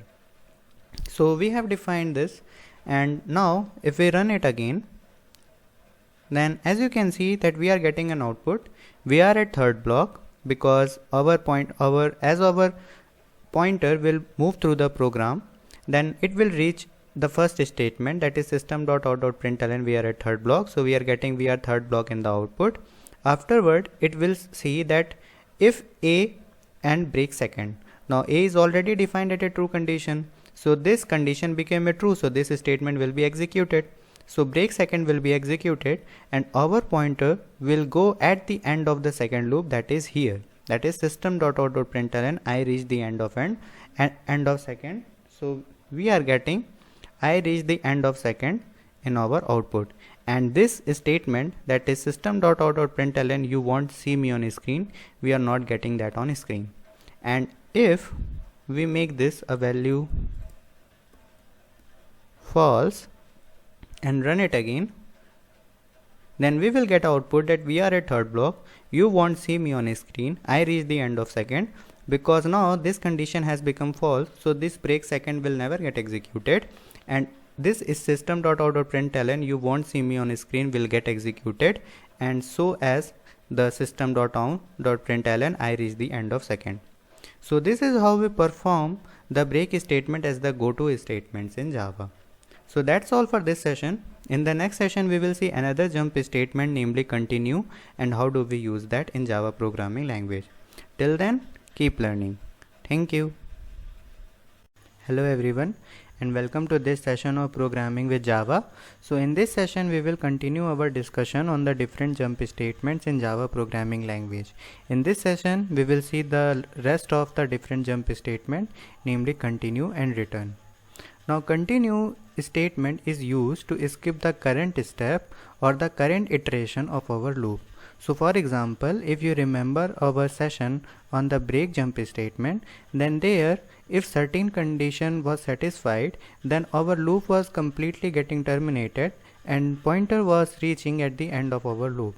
So for example, when we were printing the numbers between 1 to 10, then there we defined a condition that if any point of time the loop control variable becomes equal to 7, that is if I equals 7, then we were just printing out on the screen that 7 is reached, and we were breaking out of our loop or going at the end of our loop. So for example, if I run this program again, then we were getting the output from 1 to 6, and after when the loop control variable becomes equal to 7, then we get an output on a screen that 7 is reached, and the break was invoked and our loop was getting terminated. But let's say if we just want to skip this step of iteration instead of completely terminating our loop. So for example, we want the same code of operation, but instead of completely terminating, we just don't want 7 in our output and we want 8, 9, 10, so that our loop completely terminates to the end, or it gets executed completely. So for that purpose we can use the continue statement. So we will remove this break or replace this break with the continue keyword, and if I run the same program again, then we will get an output that 1 2 3 4 5 6 7 is reached, and we will get 8 9 in our output. So this is happening because at the whenever our condition, that is I equals 7, becomes true, then our 7 is reached will be printed, and afterward continue will be invoked. So for example, if I remove this statement completely from our screen so that nothing happen and just our loop just skip this step of the iteration, so we will just write the condition and afterward place the continue keyword. So if we run this again, then we will get an output in which there will be numbers from 1 to 10, from 0 to 10 basically, but there 7 will be absent. So we are getting 0 1 2 3 4 5 6, but after 6 we are just getting the 8 instead of 7, because 7 has been skipped because we have used the continue keyword. So this is how we operate or use the continue keyword in Java. Now the next statement or the last statement is the return. Now return is basically the part of the method, but here if we have to discuss it in brief, the return basically returns the value to the caller or from where it has been invoked. So when we will study about methods in detail, then there we will discuss return in detail itself.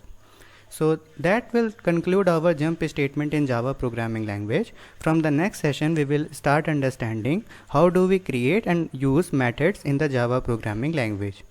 Till then, keep learning. Thank you. Hello everyone, and welcome to this session of programming with Java. In this session we will see the iterative statement in Java programming language. So let's look at the objectives of our session. We will start by understanding what do we mean by while loop. Afterward we will see how do we perform the do while operation in Java, and in the end we will see the for loop. So to understand any looping statement, first we have to understand what do we mean by loop itself. So if you remember our first session, then there we used to print the hello world statement. So what we were doing is we first use the system class followed by the out stream followed by the println method defined within this system class, and within this system class we will writing hello world in the string format. And when we run this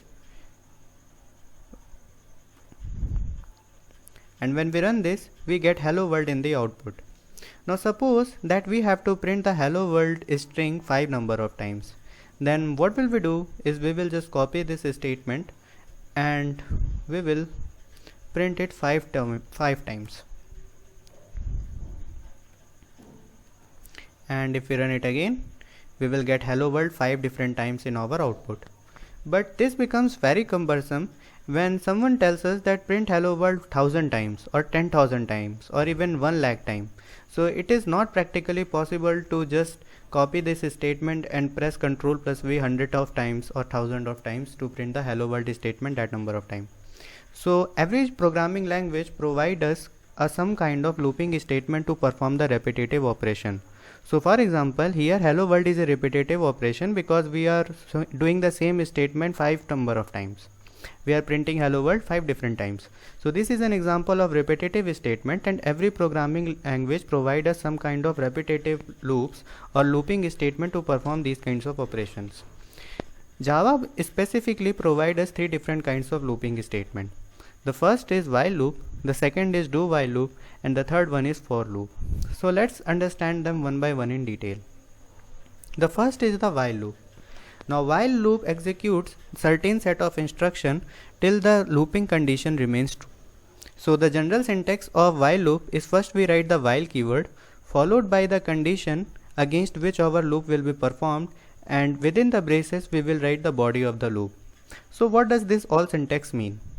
So let's understand this by an example. Suppose we have to print a number from from let's say I equals 0 to I equals 5. So what will we do is we will first write the while keyword followed by our looping statement. So let's say our I should always be less than 5 or always be less than 6. And if this condition is true, then only our loop will perform. So we will say that system.out.println I. Now the while loop is performed till the certain condition remains true. So every time if we have designed I is equals to 0 or we have declared I as a 0 value, then this condition will always be true because 0 will always be less than 6. So we have to update the value of I every time our loop is performed. So we will say that I is equals to I plus 1, that is every time the looping operation is performed our value gets updated by a value of 1, so that in the next step I becomes 1 and it will be checked against this condition, and since 1 is less than 6, so our statement will be performed again and our value will be updated again till this condition remains true. So if I divide this whole step into 6 different processes, so I will write first step, second step, third step, fourth step, fifth step and sixth step. So in the first step I is equals to 0, the while loop will check the condition that if I is less than 6 or not. Now I is less than 6 because 0 is less than 6, so hello world will be printed on the screen and I will be updated to I plus 1. The current value of I is 0 and 0 plus 1 will become 0, so I will become 1. Now in the second step of our loop I will be checked against the value of 6. Now 1 is always less than 6, so it is a true condition. So hello world will be again printed on the screen and I will be updated to I plus 1, that is I will become 2. Similarly 2 will be again checked against the condition 2 is less than 6, that is true, so condition gives a true output. So 2 is less than 6, hello world will be printed, I will become 3.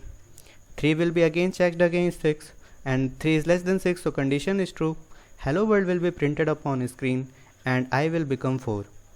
Similarly, 4 will be checked against 6, hello world will be printed, and I will become 5. 5 will be checked against 6, hello world will be printed, and 5 will become 6. But in the 7th step, when 6 will be checked against the 6, then 6 is not less than 6. 6 is actually equals to 6. So this condition of I should be always less than 6 becomes false. And when the looping condition of while becomes false, our loop get terminated. Now it is very important for loop to get terminated, because if loop will not get terminated, then loop will run for infinity and our system will crash. So for example, if we will remove this I equals I plus 1 updating condition, then our value, which was 0 in the first place, will always be remain 0, and it will be always less than 6. So our loop statement will run forever. So let's head over to Eclipse and see how can we perform this programmatically. So if I remove all of this, we will first declare a integer, that is I, and give it a value of, let's say, 0. Afterward, we will write the while keyword followed by the space and condition, that is I should be less than 6, and followed by the looping statement or the body of our loop, that is we have to print system.out println hello world, and after printing hello world, our value gets updated to I plus 1, that is I will become I plus 1. Now we can also replace this whole statement by using the plus plus sign method. So we will just write I plus plus, it has the same meaning, that I equals I plus 1, and we will end this by semicolon to avoid any kind of error. Now if I run this, then I will get output in which hello world is printed 6 numbers of time, and without writing the system.out.println hello world 6 numbers of time, we are performing this repetitive operation. So this is how we perform looping operation in Java. In the next session, we will see what are the do while looping statement in Java programming language. Thank you. Hello everyone, and welcome to this session of programming with Java. In this session, we will continue our discussion on the iterative statement in Java programming language. So in the previous session, we saw the concept of while loops in Java. In this session, we will see the concept of do while loop statement in Java. So often we will see in our programming that we would have a situation when we want to perform or execute the body of loop or certain set of instruction, even when the condition within the while loop is not true. So for that purpose, we can define the do while statement. So for example, in our previous example of while loop, we were printing the hello world against some number n. Now for our hello world operation to be performed, the condition within the while parenthesis should be always true.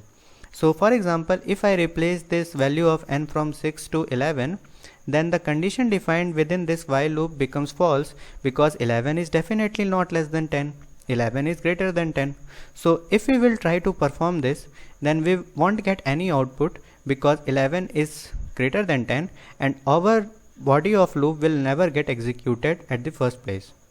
And so to perform the looping operation, we want the condition within the while loop should be true. So if we make this 5, then our loop will get performed and we will get hello world in the output. Now sometimes we want our loop to get executed at least once, even when the condition within the while loop is false, and for that purpose we will use the do while statement. The general syntax of the do while loop is first we write the do keyword followed by the body of loop, and afterward we write the while keyword and the condition against which this body of loop will be judged. So every time our loop will get executed, it will get executed at least once, that is body of loop will be executed at least once, and afterward the condition within the while loop will be checked, and if the condition becomes false, then our loop get terminated, and if the condition gets true, then our loop will continue to perform. So To define the same example within our this example of printing hello world, let's say how can we do it. So first we will write the do keyword followed by our body of statement, that is system dot out dot println hello world,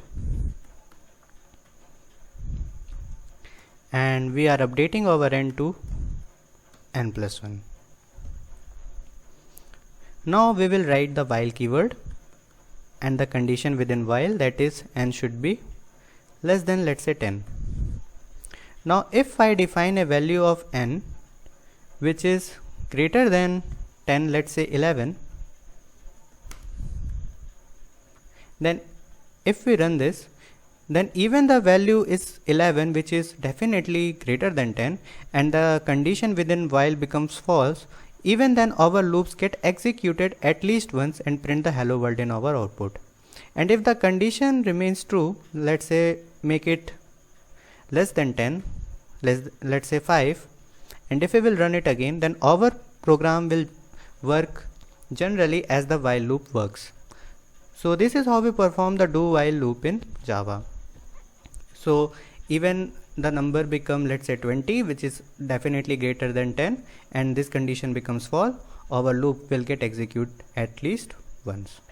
Now in the next session we will see how do we perform the for loop operation in Java programming language, and that will conclude our iterative statement session. Thank you. Hello everyone, and welcome to this last session on Java iterative statement. So in the previous session we saw the different looping statement, namely while loop and the do while loop. In this session we will see another looping statement, namely for loop in Java. Now to understand the for loop we have to understand its general syntax. First we have the for keyword followed by the three different types of statements, namely initialization statement, conditional statement, and the iteration statement. So let's understand all these terms one by one in detail. The initialization basically initialize the variable that will control our loop. So we can also say that initialization is the initialization of the loop control variable. So for example, let's say if we have to print the values between, let's say, n equals 1 to n equals 5, then at some point of time we have to initialize the value of the n. That is, we have to tell our loop that we are going to start from n equals 1. So this is known as the initialization of our loop control variable. Once we have initialized our loop, we are done with this statement. That is, in any loop or in any for loop, initialization condition or initialization statement will be executed only once. Afterward we will only deal with the condition and the iteration statement. So the second term, condition, is basically the Boolean expression.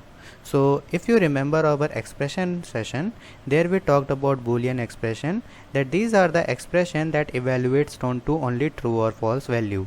So once our loop control variable is initialized, it will be judged against the condition or target value. So if this condition evaluate down to a true value, then only our body of loop will be executed, and if the condition evaluates down to a false value, then our loop will never get executed and it will terminate. The third statement is the iteration statement. The iteration statement basically is the updation of this loop control variable we initialized in the beginning.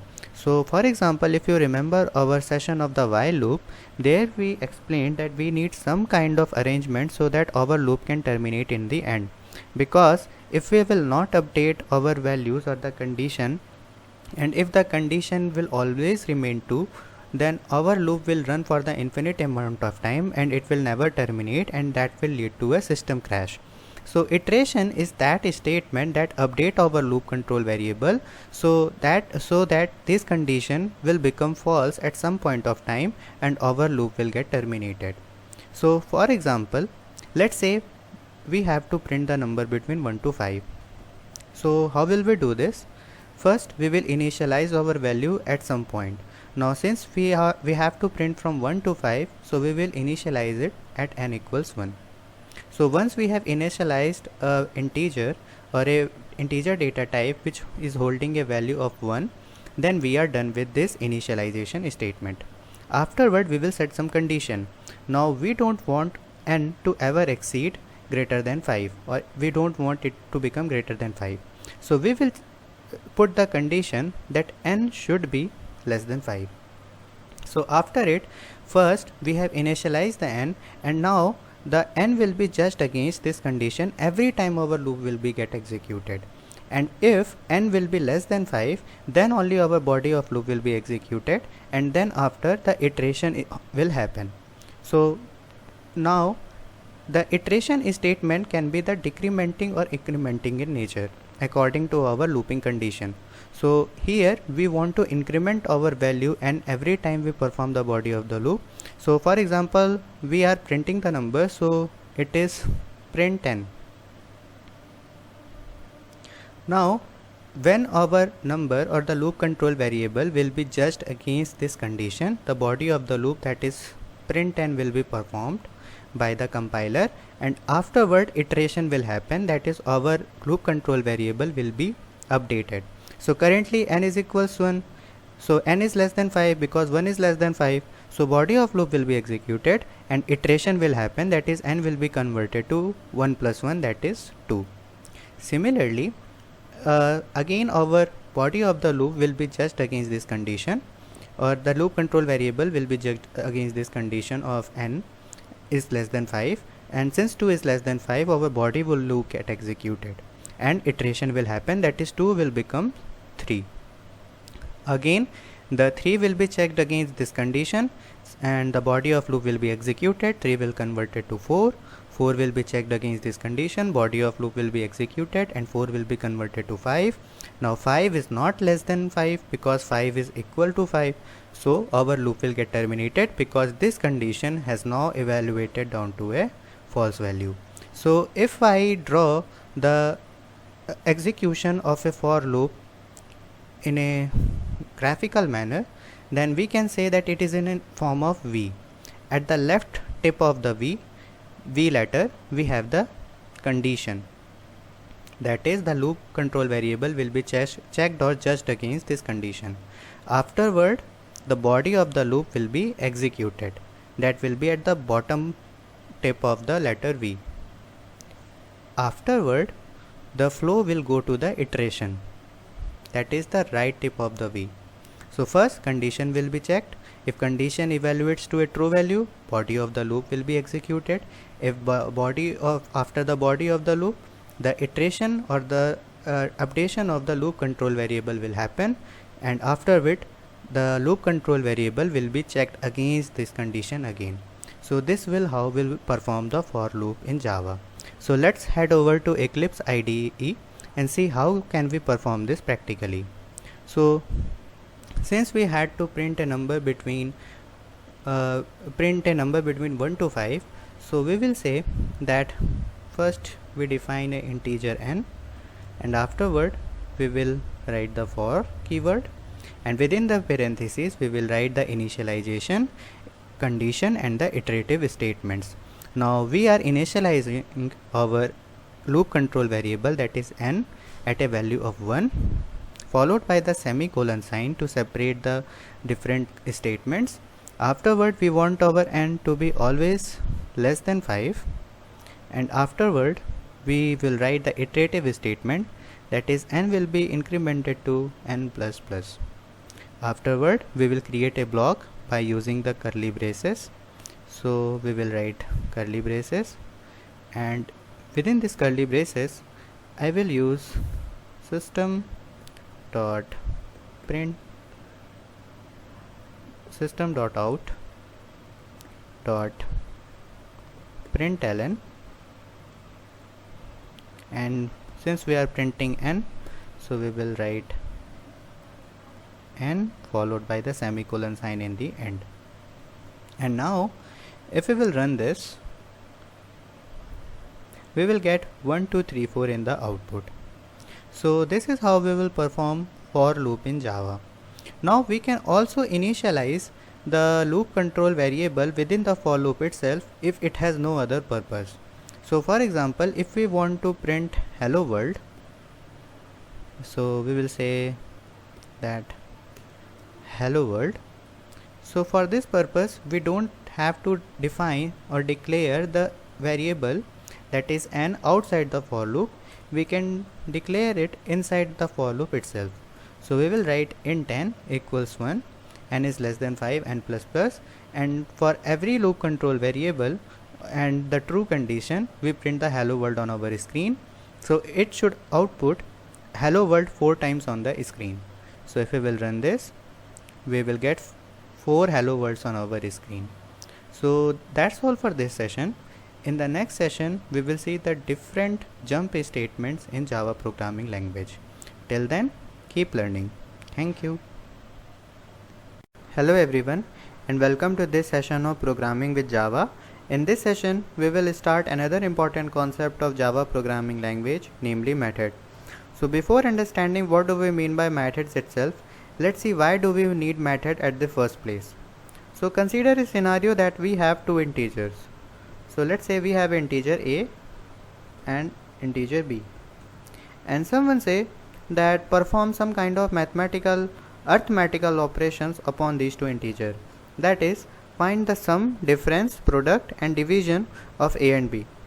So what will we do is we will define different integer type of variable, and within those integer variable we will write the different expression of addition, subtraction, or basically the arithmetical expression. So we have defined here a variable that is integer data type, in which we are going to define addition expression of a and b. Similarly, we will define another variable in which we will write the difference expression of a and b. Similarly, we will write another integer type of variable which will find the product of a and b, and similarly we will define another variable in which we will write the division of a and b. Let's make it a. So now we also have to print all of this result on the screen also.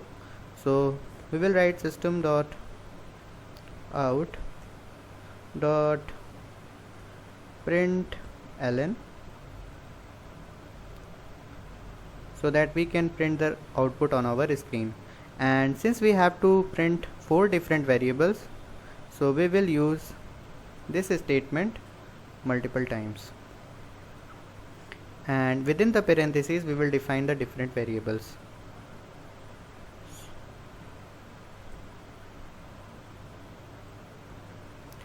And now if someone give us a pairs, let's say 10 and 5, that we have to find the different arithmetical answers or the result of the arithmetical operations performed upon these two numbers, then we will just write int a equals 10 and int b equals 5. Let me remove this, so we should have no error in our program. And if we run it, we will get 15, 5, 20 and 2 in our output. That are the results of the different arithmetical operation performed upon these two numbers. But let's say that if the number of pairs that we are given is not only one, but we have given multiple pair. Let's say we have to perform the same arithmetical operations, not only 10 and 5, but 6 and 9, 7 and 5, or let's say 10 and 20. Then we would have to write all of these operations multiple number of time, and we have to create every time these kinds of variable that should be differentiable from each other. So it will become a very cumbersome process. So every programming language provides us some kind of methods or some kind of packets within which we can define the similar kind of sequence of a statement, and whenever we want to perform the similar kind of operation, then we can just invoke the packet, put our arguments or the parameters upon which we want to perform our operation, and can use them. So methods are basically a function defined within a class. So it is a block that takes some input, performs some operation upon that input and give back something new. Now in programming arena, method and functions are used interchangeably, but the basic difference between method and function is that whenever you define any function within a class, we call it a method. Now Java is a object oriented programming. So everything in Java starts from a class. So every method starts from the from a class itself. For example, if you remember our first session, then or if you are following this course diligently, you know that we define our all the program or perform all our operation within the main function, and main function is also defined within some type of class. So and every program has main function because our program starts with the main function itself. So this is how we define method in Java programming language. Now functions or method basically in term of definition are those kind of block which take some kind of input, perform some operation on that input and give back end result. So for example, here we have a block and it performs some kind of operation on our input. We don't know it yet. So when we give 2, 3, 4 as an argument or input to our block, then it performs some kind of mysterious operation upon it and give back an output which is completely different from the input. That is, if we give it input of 2, 3, 4, we get an output of 18, 27 and 36. So if we open this block, then we will see that whatever integer is given to as an input to this block, the block multiplies it by 9 and give back an output. So when 2 is given to this block, the block multiplies 2 with a 9 and 18 is given as an output, because we know that 2 times 9 is 18. Similarly, when 3 is given as an input to this block, 3 is multiplied by 9 and we get 27 as an output. And similarly, when 4 is given as an input to this block, 4 is multiplied by 9 and we get 36 as an output. So function is like that. Function is a block that takes some input, performs some operation on that input and gives back an output. And methods are the function that are defined within class. So how do we create a method in Java at the first place itself? To create a method, the general syntax is we first write the data type which this method is going to return, followed by the name of our method, and within the parentheses we will write the argument. So for example, here in our function block, 2, 3, 4 we will consider as an argument, because we are giving 2, 3, 4 as an input, and upon this input the operation is going to be performed. So arguments are basically the input given to the function or method upon which we will perform our operation, and we will define the different arguments within the parentheses. And after the parentheses we will have the block which we will represent by the curly braces, and within curly braces there would be our body of the method. So let's head over to Eclipse ideally and see this in detail. So suppose if we have to convert or define all of this within some kind of method which we can invoke, so we don't have to write every time all of this operation, then we can do that by defining that in method. So we will write static, and since we don't want our method to return anything, we will use void and we will give the name of our function, that is calc. Now within the parentheses we will define the argument that upon which the operation is going to be performed. Now we know that we are giving to our method two kinds of integer upon which we have to perform the different arithmetical operations.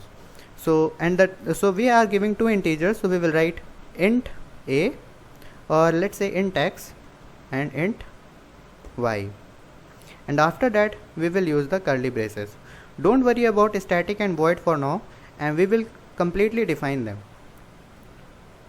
So after it we will define another variable, let's say c, in which we will perform the x plus y operation. We will define another variable d, in which we will perform the subtraction operation. Similarly, we will define another variable called e, in which we will perform or find the product of x and y, and in the end we will define another variable f, in which we will perform the division operation. And since we have to print all of this result, so we will use the println method, and within this we will define our values. So C, D, E and F. So now we can remove all of this values. And now if we have to perform the same operation on int a and b, that is 10 and 5, then only we have to do is we just have to define a variable, or we just have to call our method. Our method name is calc. If you remember, we have defined a method calc, and so we will write calc, and within those we will give our argument, that is 10 and 5 here. So we will give 10 and 5. So when we have write the name of the method and we have wrote or given the arguments, that is 10 and 5, then here the x and y will be replaced by 10 and 5 in all of these methods. So whenever this method will be called, the argument will be replaced by the values which we have put or which we have given while we are calling our method. So here, while we are calling the calc method, we have given the values 10 and 5. So these values, that is x and y, will be replaced by 10 and 5 in the function definition. So now all of where x and y are written will be replaced by 10 and 5. So here int c will become 10 plus 5, int d will become 10 minus 5, e will become 10 into 5, and f will become 10 by 5, and we will get the output. So if I run this, we will get 15, 5, 20 and 2 in our output. But let's say if we have to perform this operation for the same different pair, let's say 6 and 9, then we will write just the name of our method, that is calc, and within that we will give our argument, that is 6 and 9. So 6 and 9 will replace the x and y within our function definition, that is x and y will be replaced by 6 and 9 everywhere in the function definition. And if we will run this, now we are getting the first output as well as the second output, that is we are getting 15, 3, 54 and 0 in our output as well. So this is the definition of method. Now you can ask that why are we using the static and void operation? Now the void first tells us that what kind of value this method is returning. So for example, if this method would have returned the integer value, then we would have written the int, that is we would have written the static int calc, like this. But since our method is not returning value to anywhere this function has been called, that is we are essentially not collecting the value, we are just printing the result on our screen. So we don't have to store the value of the 10 and 5 operation within some kind of variable. So that's why the return type of this method is void, and the static basically represent the access modifier. Now we will study about the access modifier in detail within the object oriented programming session, but right now you can just remember a fact that we can call the static method from the static method itself. And if we want to call a non-static method from a static method, then for that purpose we have to create an object of that class. So we all know that here we have defined our main function as a static function. So to call this function without creating its class, we have to use the static method itself. Don't worry about all of this, don't get frustrated by this, because right now we will study about access modifier in detail when we will study the object oriented programming. So this is all for this session. In the next session we will study other different concepts of method in detail. Till then, keep learning. Thank you. Hello everyone, and welcome to this session of programming with Java. So in this session we will continue our discussion of the methods in Java programming language, and in this session we will see what do we mean by variable argument. So to understand the variable argument, consider a scenario. Let's say someone asks us to define a program that adds to integer. So for that purpose we will first write the name of access modifier, followed by the return type value of our method, which is, let's say, integer, followed by the name of our method. Since it is adding numbers, so we will write add, and followed by int a, int b as the parameters, and within the curly braces we will just write that return a plus b. And now if we have to add two numbers, we will just write add followed by, let's say the numbers are 4 and 5, then add 4 and 5. But we also have to print the result on our screen, so for that purpose we will call our add function from the println function. That is, we will call the add function within the println method. So now if I run it again, then we will get 9 in our output.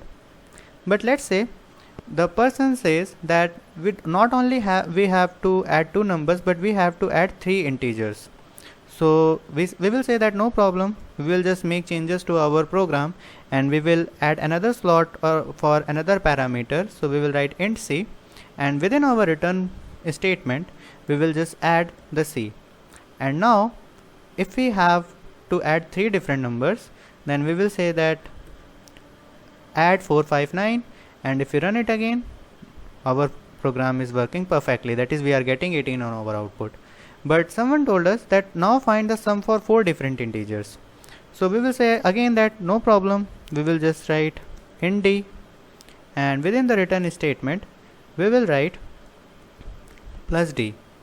And now we will have to update our argument, so we will say the fourth argument is 7, and if we run it again, we will get 25 in our output. So as you can see that we need some kind of method so that every time the number of argument is changing, we don't have to make change to our method or program, and Java automatically analyze that what are the number of argument and accordingly return us the sum. Now for that purpose, when arguments are not fixed or number of argument is variable in nature, that is, it is changing, then for that purpose we use the variable argument. So the general application is when we don't know the number of arguments we need to pass in our method, we use the varargs or variable argument. And to convert any argument into a variable argument, we use 3 dot before it.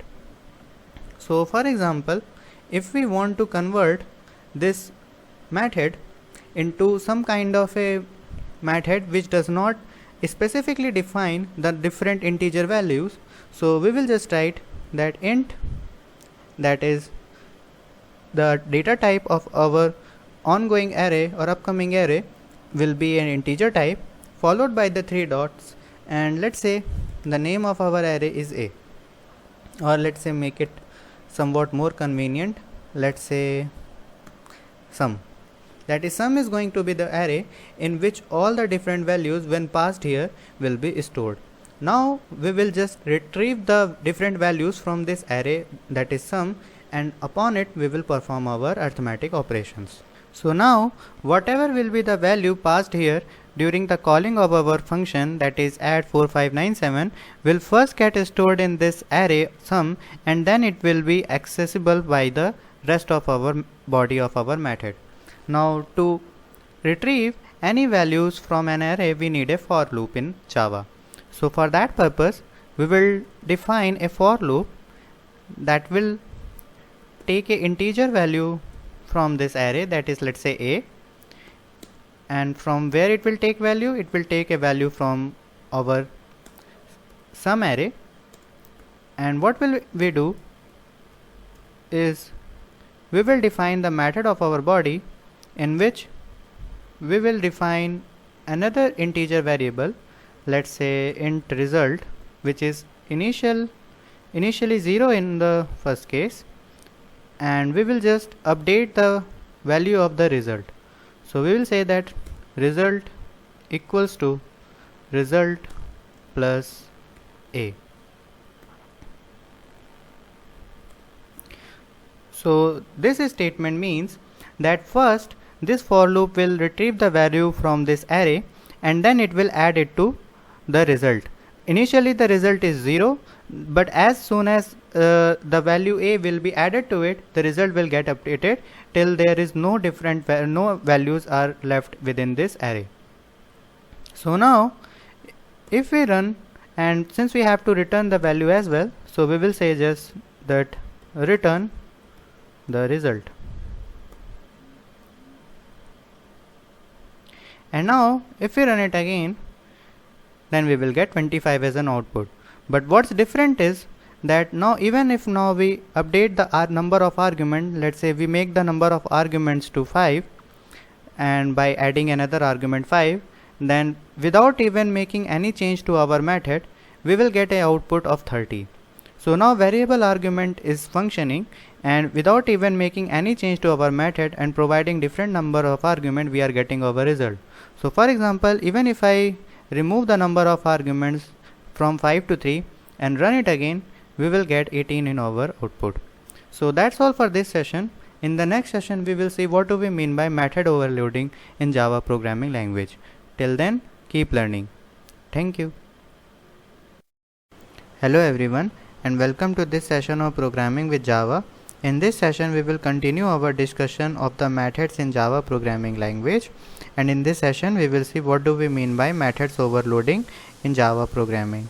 So method overloading is a process in which we define the same method with different definition by changing the type or number of parameter we give it into its input. So for example, let's say we define a method called calc. So we will write static int calc, and this method takes two parameters like two integers, int a and int b, and when we give it two different parameters, it basically returns the sum of these two, or basically product of a and b. So we will write return a into b. Now let's say we define the same method calc again, but now this time we will change the number of parameter and the definition of the function.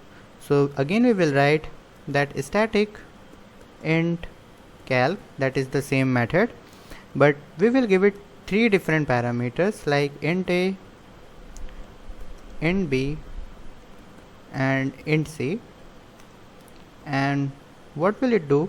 It will just return the sum of a plus b plus c. And let's say we define the same method for a third time. So we will say that static int calc, and now this time it takes four integers. So we will say that int a, int b, int c and int t, and it basically sums up a, b, c and d and multiplies the result with 3. Now as you can clearly see that all of these functions are basically the same, that is calc function, and their return type is also same, but their number of parameters are different. So when we will call our method from the main method, then whatever will be the type of parameter we will give or we will use to call our method, then according to the type or number of parameter the function will be called. So for example, when calling our calc function, if the number of parameter is 2, then it will basically return the product of the two integers, and if the number of integers or the parameter or argument is 3, then it will basically return the sum of a, b and c. And if the number of argument we will give it during the calling of our function is 4, then it will first take the sum of these 4 integers and then it will multiply the result by 3 and will give back an output. So for example, if I run it and we have to print our result on screen, so we will use the println function, and within the println method we will just call our calc method, and first we will just give it two integers, let's say 2 and 3, and if I run it, then we will get 6 as an output, because when we give two arguments to our calc function, then the definition of the function that will be executed will be this definition, in which the parameters are 2, and when the two parameters are given to our method, then it returns basically the product of those two parameters or those two arguments. So 2 multiplies by 3 is 6. Now let's say if I change the arguments or number of parameters to 3, so we give it another argument 4. Now when we have changed the number of parameters to 3, then this function definition will be executed, because here we have defined 3 parameters in the definition, and now it will basically return the sum of 2, 3 and 4, and 2, 3 and 4 evaluates to a value of 9 because 2 plus 3 5 and 5 plus 4 9. Now similarly, if we change the number of arguments to 4, that is we give it another argument, and if we run it again, then we will get 42 in our output, because first it will take the sum. 2 plus 3 is 5, 5 plus 4 is 9, and 9 plus 5 is 14, and 14 times 3 is 42, and we are getting 42 as an output because we are giving it 4 different parameters, and when there are 4 parameters given, then this definition of the same function will be executed. So the same calc function has 3 different definition according to the parameter, and it is executing. So this is known as method overloading. Now this concludes our methods in Java programming language. From the next session we will see what do we mean by object oriented programming in Java. Till then, keep learning. Thank you. Hello everyone, and welcome to this session of programming with Java. In this session we will see what do we mean by object oriented programming. So in this session we will just see the brief overview of the object oriented programming. We will see the general concepts of objects in detail. So before starting our session, let's see the two approaches in which we can structure our code. So the two approaches or the two model of programming are procedural or structure model and object oriented model. Now procedure or structure model is the model which we were essentially following till now. So if you remember our different session, we were giving different sequence of instruction to our compiler, and they were executing them one by one. So for example, if we wanted to add two integers, we were first declaring two integers a and b, and afterward we were defining another variable in which we were storing the arithmetic expression a plus b, and afterward in the end we were just printing out the result using the println method. So here we have three different instructions, and each instruction has to be executed in some specific order for compiler to make sense out of it. So we are giving essentially a procedure or a structure to our code. So this is type of programming or this type of model or approach is known as procedure or structure model, in which the procedure or the structure of the code is the center of our programming. Now another type of model of programming is the object oriented model. In object oriented model, we take real life object as the center of our programming structure. Now why it is necessary or why it is important is because procedure or structural model has its limitation, and it become really difficult to define a program using the procedure or structure model when the program requirements are really complex in nature or it is based upon the real life object. Nearly all the complex programs are built using the object oriented model. So to understand the object oriented model or the corresponding object oriented programming, we first have to understand the concept of objects. Now objects are basically a real life objects like car, bus, train, or comb or pen, which you use to write on a paper, etc. These are all the objects, and each object has basically three different characteristics. The first is its attributes, like the physical characteristics such as the material it is made of, the color it has, etc. The second characteristic of any object is basically its behavior or method, or what it is basically used for. For example, pen is used to write on a paper, and similarly the car is used for moving from one place to another. The third characteristic of any object is its identity, like the owner who owns the car or the brand of the car. By these characteristics we can identify any object. So for example, let's say we have a car. Car is a object. The attributes of the car will be color, seating capacity, engine type, etc. The behavior of the car will be the maximum speed, or it basically help you move, and the identity will be the name of the owner or the name of the brand to which car our belongs to. So this is the general introduction of an object. Now the main concept we will see in object oriented programming will be class, object, abstraction, inheritance, encapsulation, and polymorphism. Don't worry about all of these concepts, because we will discuss them in greater detail in their respective sessions. In the next session, we will see another important concept called classes in object oriented programming. Till then, keep learning. Thank you. Hello everyone, and welcome to this session of programming with Java. So in this session we will continue our discussion on the object oriented programming and see what are classes. So in the previous session we saw what are objects. There we described that the objects are the real life object, and every object has basically three different characteristics, namely attributes, methods and the identity. Now classes are basically the template of any object. So classes can be said that any object when has attributes and method defined, but it doesn't have the specific values to those attributes. For example, let's say we have a car. Now when we say that car is a class, that is we are interpreting car as a class, then we will say that every car has a four wheel, it has seating capacity, it has some brand, it has some maximum speed, and it has some color. So every car will have these attribute or these definition. But when we say that car as an object, then all of these attributes or all of these properties have some specific value. So for example, let's say when we are taking car as an object, then take some brand of a car.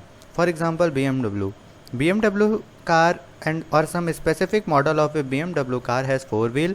The seating capacity is 6. Its brand is BMW. Its maximum speed is 200 km per hour, and its color is black. So this object or this BMW is a instance of this class car, because the specific values or specific attributes of this car class is defined within this object. So classes are basically the template of the object, and when the properties defined within class have a specific value, then we say that this has become an object. Objects are also interchangeably used with the word instance. So in the later session, if ever we use the word instance, it is same as the object. So for example, let's take another example. Let's say we have a class, and class has attributes, identity and behavior. Now let's say we are defining a class for a product. Now every product has a price and quantity, it has some name and it has some behavior. Now we want to create an object of this class. So let's say we create an object called object1. Its price is 100, its quantity is 50. The name is phone, and the total price that is obtained by multiplying the price and quantity is going to be 5000. So this object1 is the instance or object of this class, and the specific values of the attributes defined within this class or this template are the price and quantity, and they are given for the object1 as 150. Similarly, another identity defined within this class is name, and its specific value is given as phone, and another identity or method basically defined within this class is the total price, and it is given 5000 for this product. Let's say we instantiate another object for this class. Let's say we define another object called shoes. Now shoes also has a price and quantity, and the specific values are 50 and 200. Similarly, the name is shoes, and the total price that is obtained by multiplying the price and quantity is 50 or is 10,000 basically when you multiply 50 and 200. So classes is basically a template of an object, and it defines a new data type, and every object is an instance of a class. The word object and instance will be used interchangeably in our later session, and methods and variable of a class collectively are known as its member.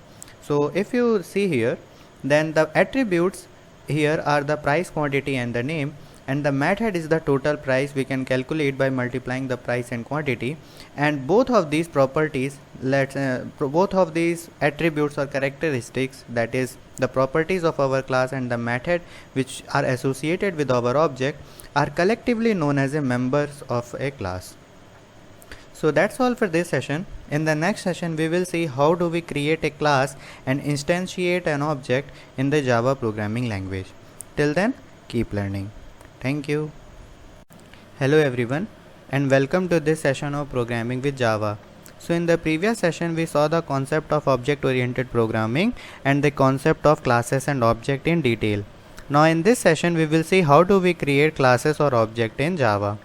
So taking our previous example, there we described that when we take any object as a class, then it will have some attributes or some basic attributes which were empty in nature. For example, when we describe car as a class, we describe that every class will have some kind of wheels or some seating capacity, some brand, some maximum speed and color, but not the specific value. That is, the classes are the empty template for an object. But when these attributes will have some specific values, like the seating capacity is 6, the maximum speed is 200 km, the color is black, then we will say that we have created an object or instance of this class. Now, to create an class in a programming language or specifically Java, we have some general syntax. The general syntax of creating a class is first we write the class keyword, which is inherently provided by the Java, followed by the name of our class. So for example, if we want to create a class of a car, then we will write class keyword followed by the name, that is car, and within the curly braces we will define the body of our class. Now in the body of our class we will define the different attributes and the method. For example, the different attribute of a car are the seating capacity, brand and maximum speed. So first, to define this attribute, we will write the type of the attribute. For example, the seating capacity is denoted by the integer type of value, and the brand attribute is described by a string type value or the text value. So the type of seating capacity will be the int type, and the type of the brand value will be some string value. So we will write int in the place of type, and instance variable will be the name of our attribute, that is seating capacity or brand value. Similarly, we can also define the method in the class. That is, first we will write the return type of our method, and we have already defined what do we mean by return type in the method name in the method session, and followed by the name of our method, and followed by the parameters within the parentheses and the body of method within the curly braces or the block of the method itself. So let's head over to Eclipse and understand how do we create programmatically.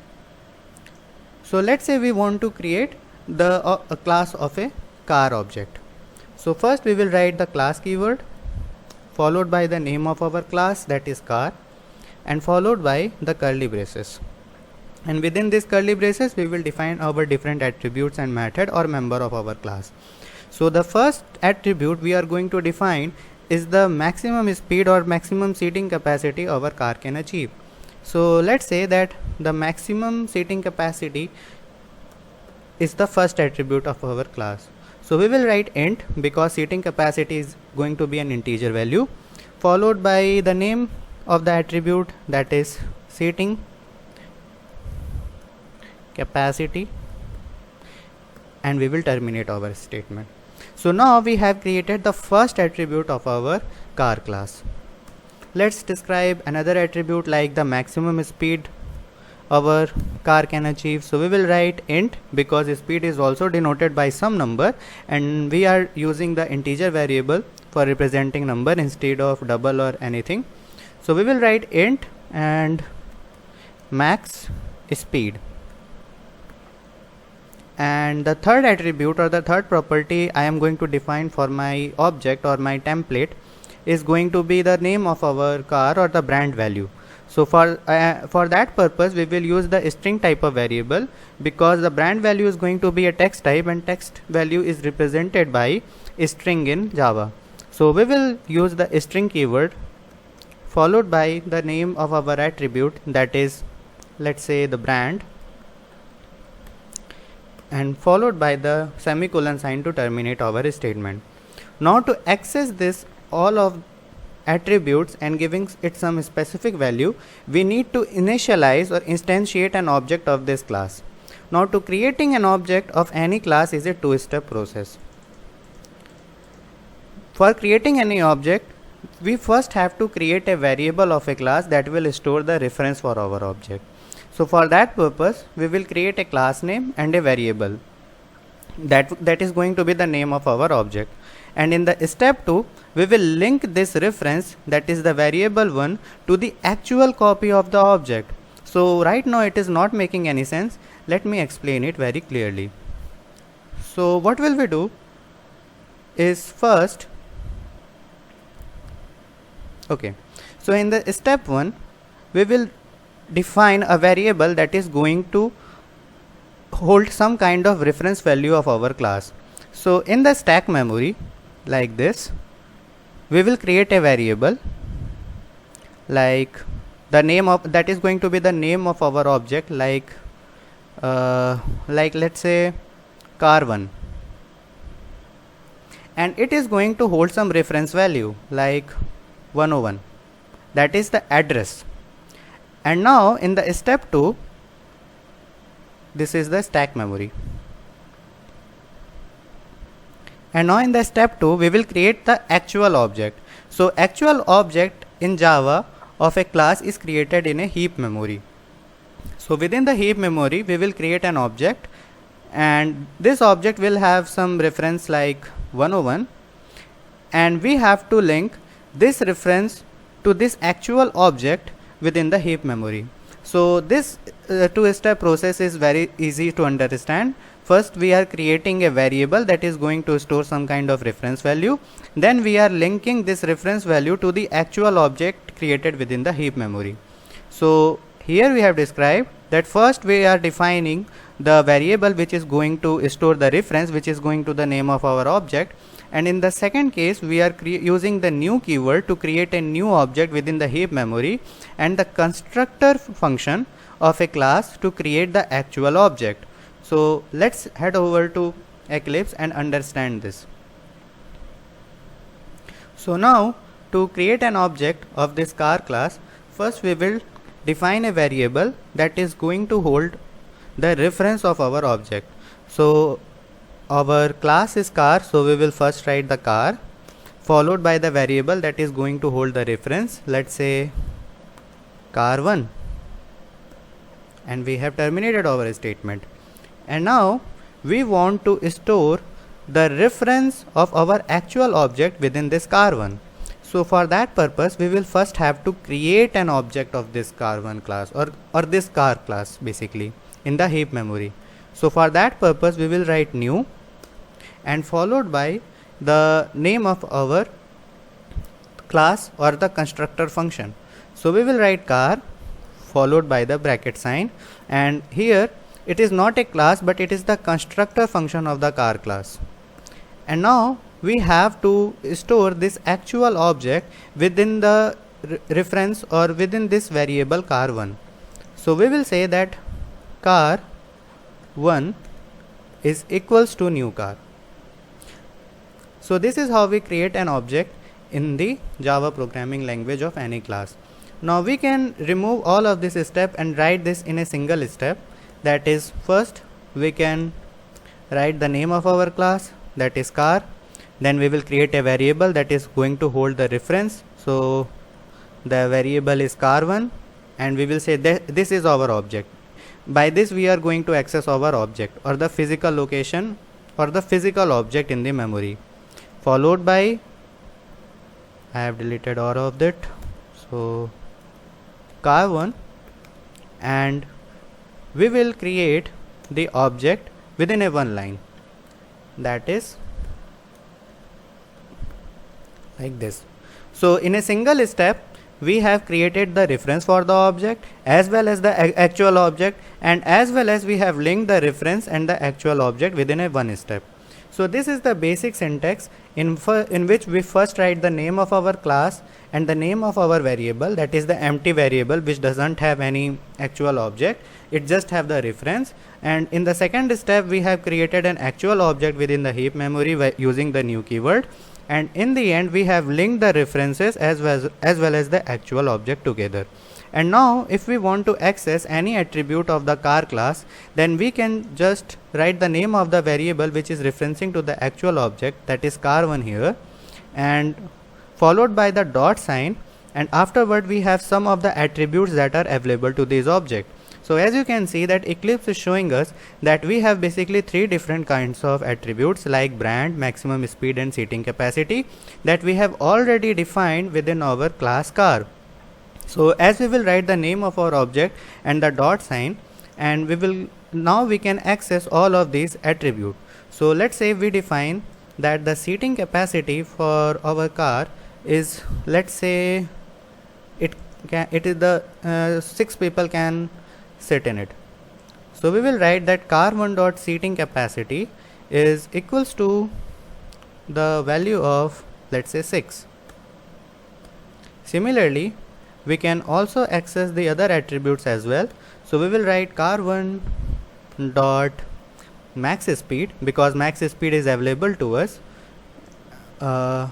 followed by equal sign, and let's say the maximum speed of our car is 200 kilometers per hour, and the third attribute is the name of our car. So we will write car1 dot, and we are getting the maximum speed that is going to hold the integer value, and we say no, we have already defined maximum speed, the brand value basically. So car1 dot, and the brand is a string value, so we will choose the brand and we will define a string value. Now a string value are defined within the double quotation marks, so we will write the double quotation mark, and within double quotation we will write our string, that is, let's say, BMW. Now if we want to access all of these attribute properties, we can just print them out using the same method. So we will write that system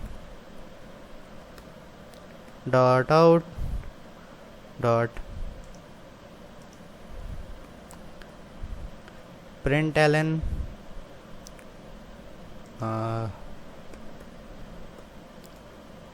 and within println we will write the name of our value, that is car1 dot seating capacity.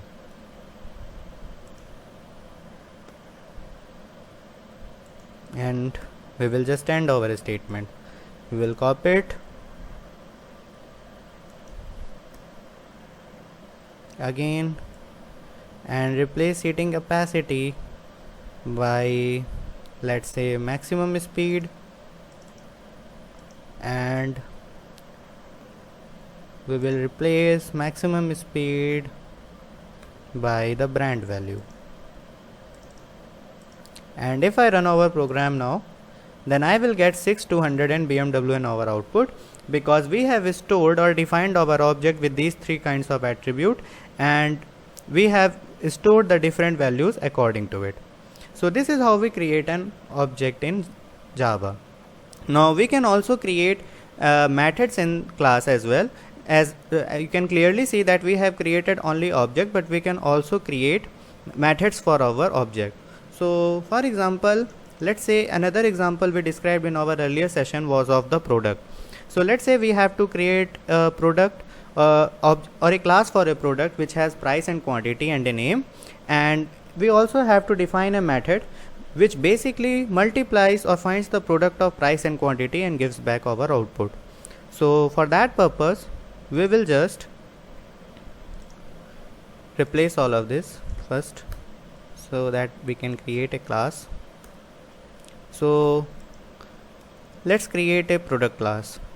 So we will write class keyword followed by the product name and followed by the curly braces to describe the body of our class, and within this we will define the properties.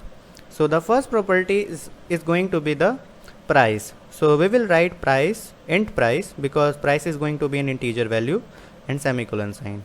Another properties we need to define is the quantity, and another property we want to define is its name. So we will write a string name followed by the end sign. And now we want to define a method.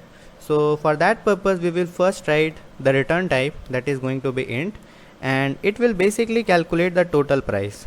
So we will write total price, and it won't take any input. So we won't give any parameters to our method, and within the body of our method we will just return the price multiplied by quantity. And now we have to create an object for our class. So for creating our object, we have already defined, first we create the variable that is going to hold the reference of our class. So let's say that our reference is going to be phone, or the name of our object is going to be the phone.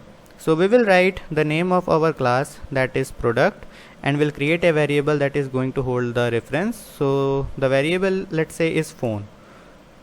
So we will write phone, and now we will create a new object within the heap memory. So we will use new keyword followed by the constructor function of our class, that is phone, followed by the semicolon sign.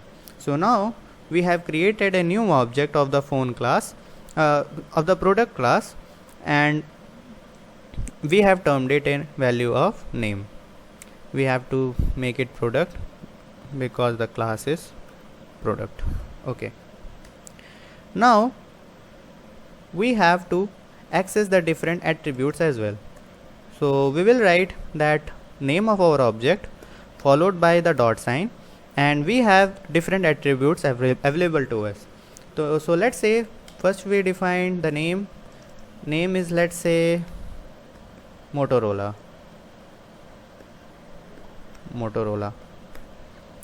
followed by, let's say, we want to define its price. So let's say price of Motorola is 100, and the total quantity in our store is, let's say,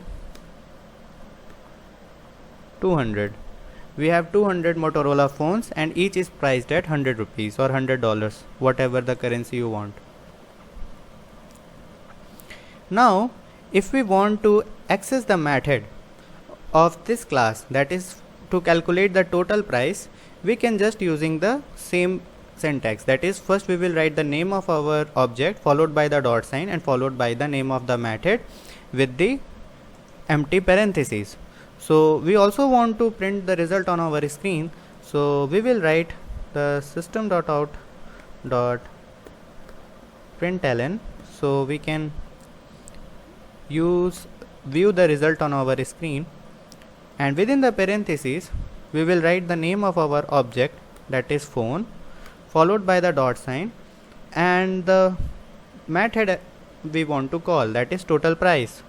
So total price is available to us, so we'll write total price and the semicolon sign, and if we run it again, then we will get 20,000 in our output, because 200 multiplied by 100 is going to be 20,000. So this is how we create a class in Java. We define its different attributes and define a method in Java programming language. So that's all for this session. In the next session we will see other different concepts of object oriented programming in Java. Till then, keep learning. Thank you. Hello everyone, and welcome to this session of programming with Java. In this session we will continue our discussion on the object oriented programming, and we'll see what are the getters and setters. So getters and setters are the method that make our code more secure, oriented and centralized in nature. Getters are the method that returns the value of any attribute, and setters are the method that updates the value of different attribute. So for example, in the previous session we created a product class in which we defined three different attributes called price, quantity and name, and if ever we wanted to assign a specific values to these attributes, then we were using the dot convention by using the name of our object followed by the dot sign and followed by the name of our attribute like name, price or quantity, and in that we were assigning the different values. But we can assign the specific values to our attribute by using the methods also.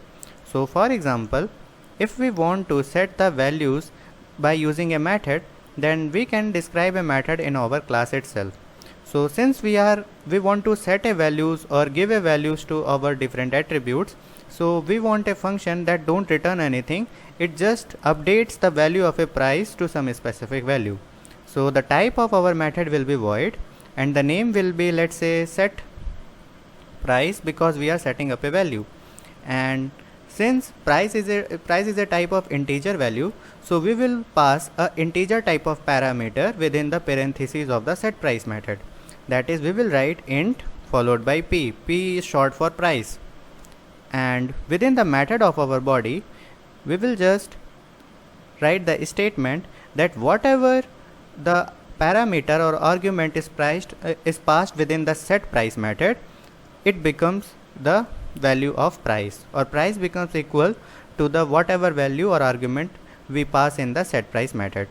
Similarly, if we want to see that what is the specific value of the price attribute, then we can also do that by using the get method or getter method. Now since we want to see the value stored, so we want our method to return some value. Now price is a kind of integer type of value, so we want our method to be a integer value returning type.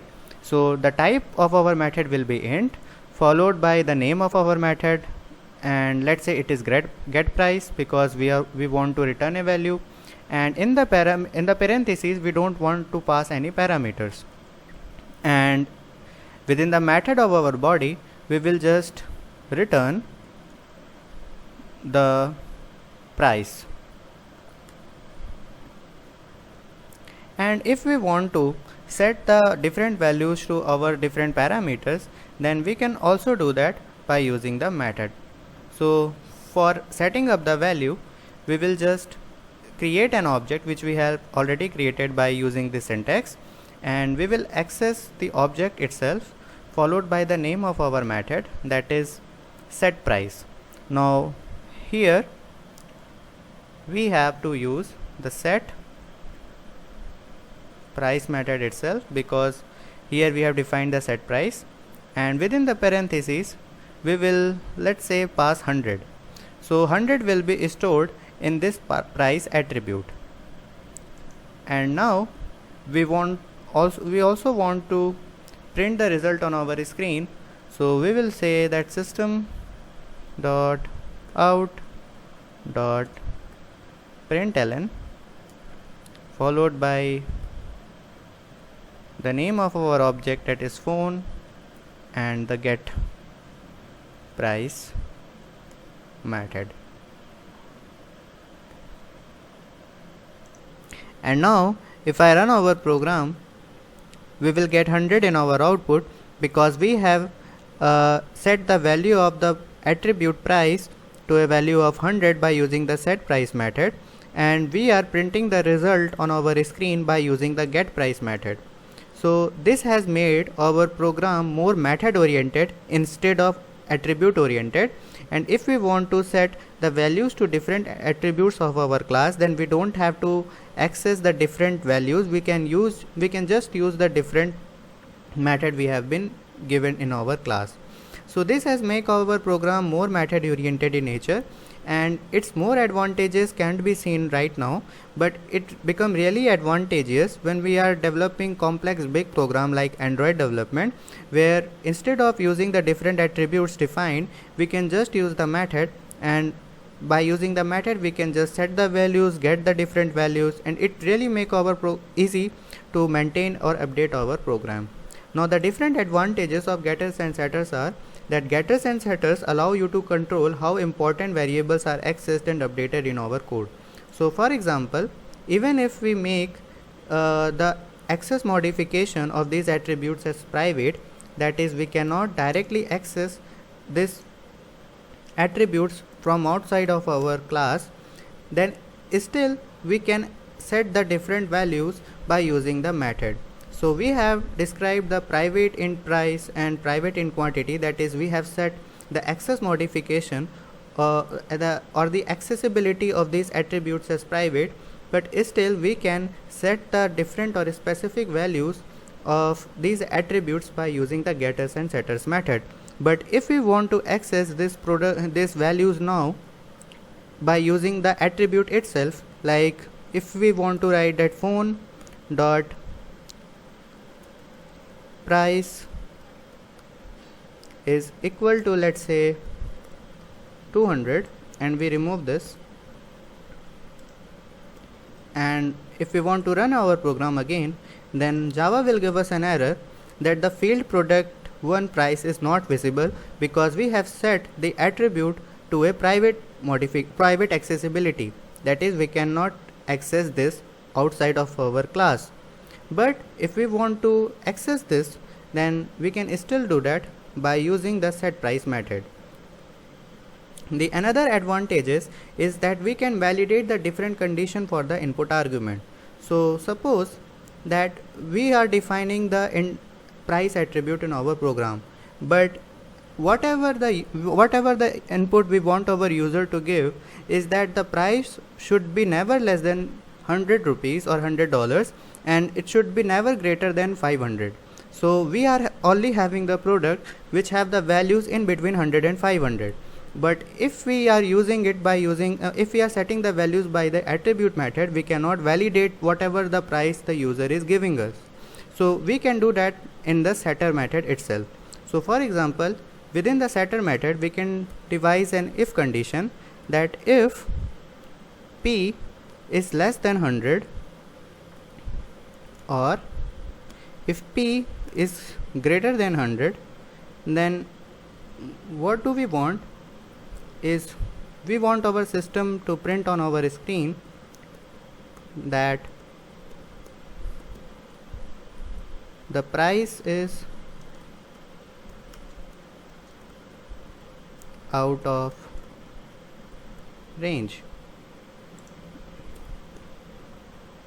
Let me make it THE, that the price is out of range.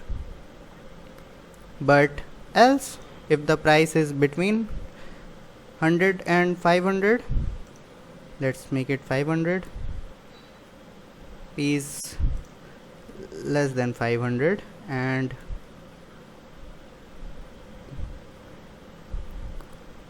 p is less than 100, and if p is greater than 500, then our system will print the result that the price is out of range. And else we will just set the p price to whatever we pass as an argument in our set price method. So now if I run the same program again by a value, let's say 700, and run our program, then the Java compiler will give us an output that the price is out of range, and the value of the price by using which we have get by using the get price method will be 0. But if let's say we make a value between 100 and 500, let's say 250, and run our program again, then we will get 250 in our output.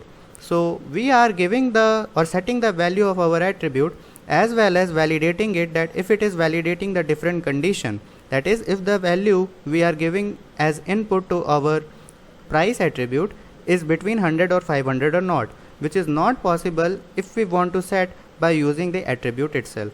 So this is also one of the method which makes it easier for our program to verify and debug or validate the different condition.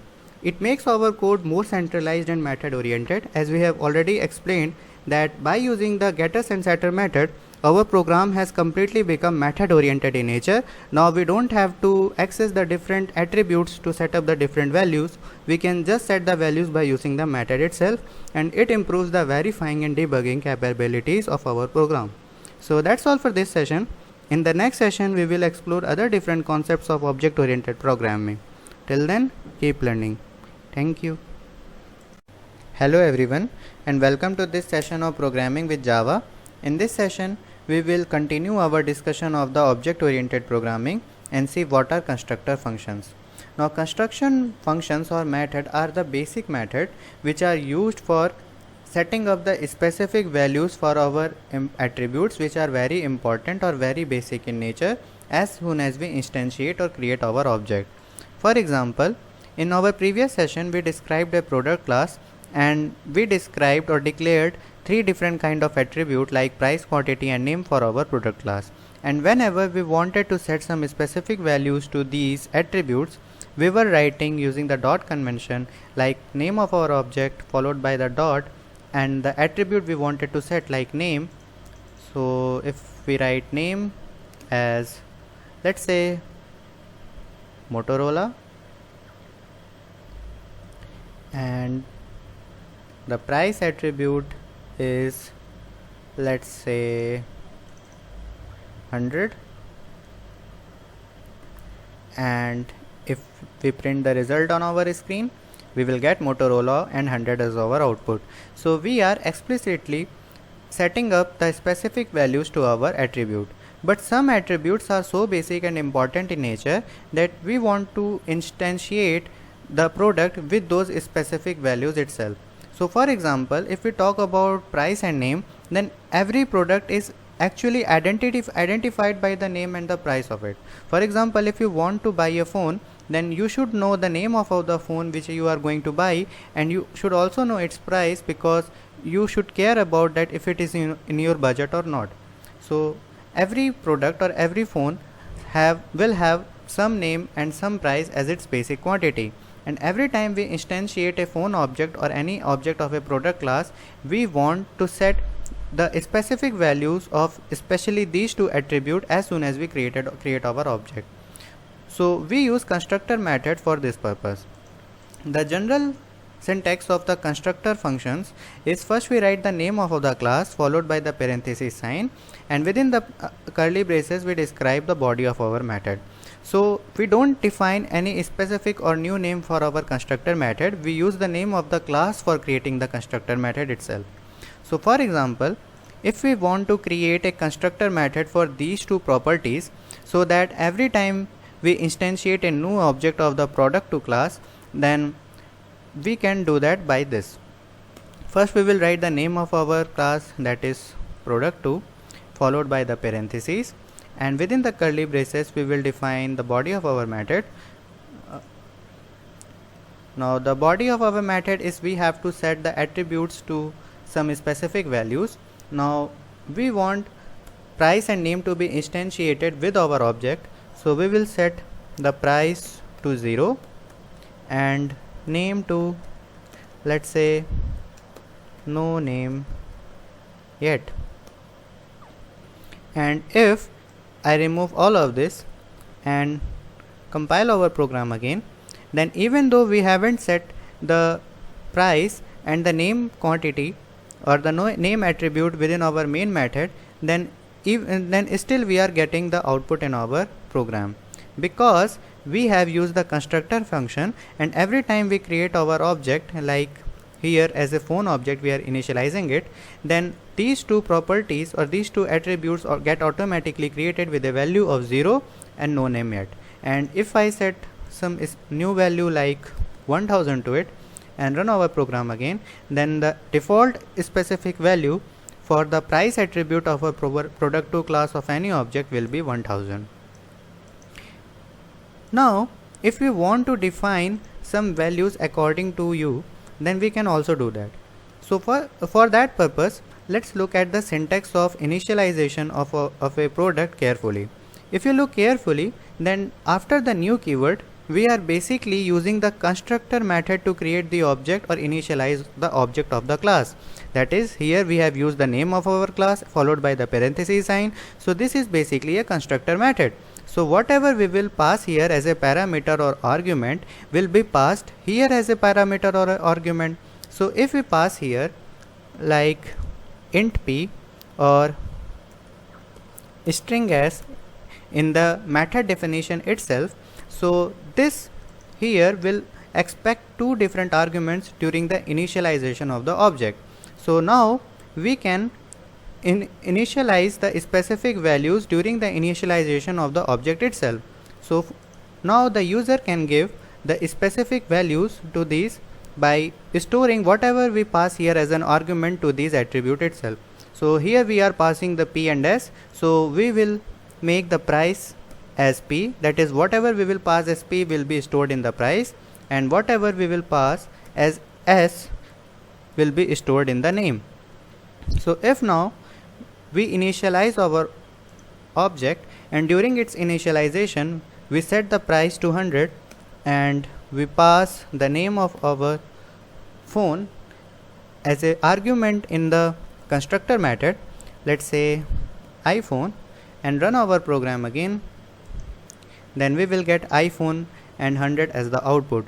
So we are initializing our object as well as we are setting up the specific values to the most basic attributes by which our product get identified. So this is how we create a constructor method in Java. Now the another concept we have to understand is the constructor overloading. So if you remember our method overloading session, there we described that any method can have multiple definition depending upon the parameter or argument we are passing in it. And if we change the parameter or argument in the definition of the method, then it becomes a completely new function.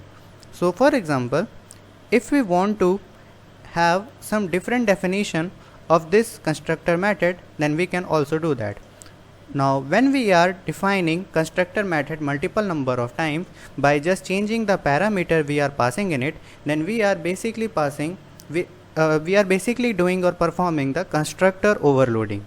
So for example, if I define this constructor method again,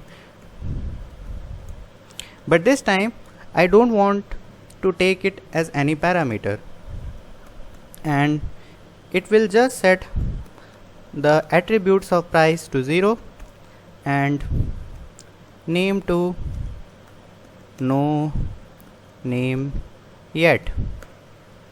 And if I pass no argument here, that is we initialize the object with no argument, then compiler will automatically know that we are actually referring to this definition of the constructor method.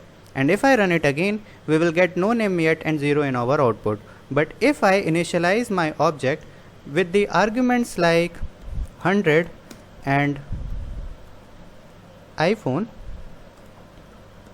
and then the compiler will automatically know that we are actually referring to the definition of our constructor method, in which we pass two different arguments of integer and string, and it will set the attribute like price and name to p and s values respectively. And if I run it our program again, then we will get iPhone and 100 in our output. So according to the parameter we passed in our constructor method, the definition of the relevant or corresponding constructor method gets executed.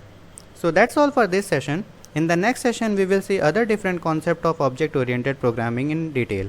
Till then, keep learning. Thank you.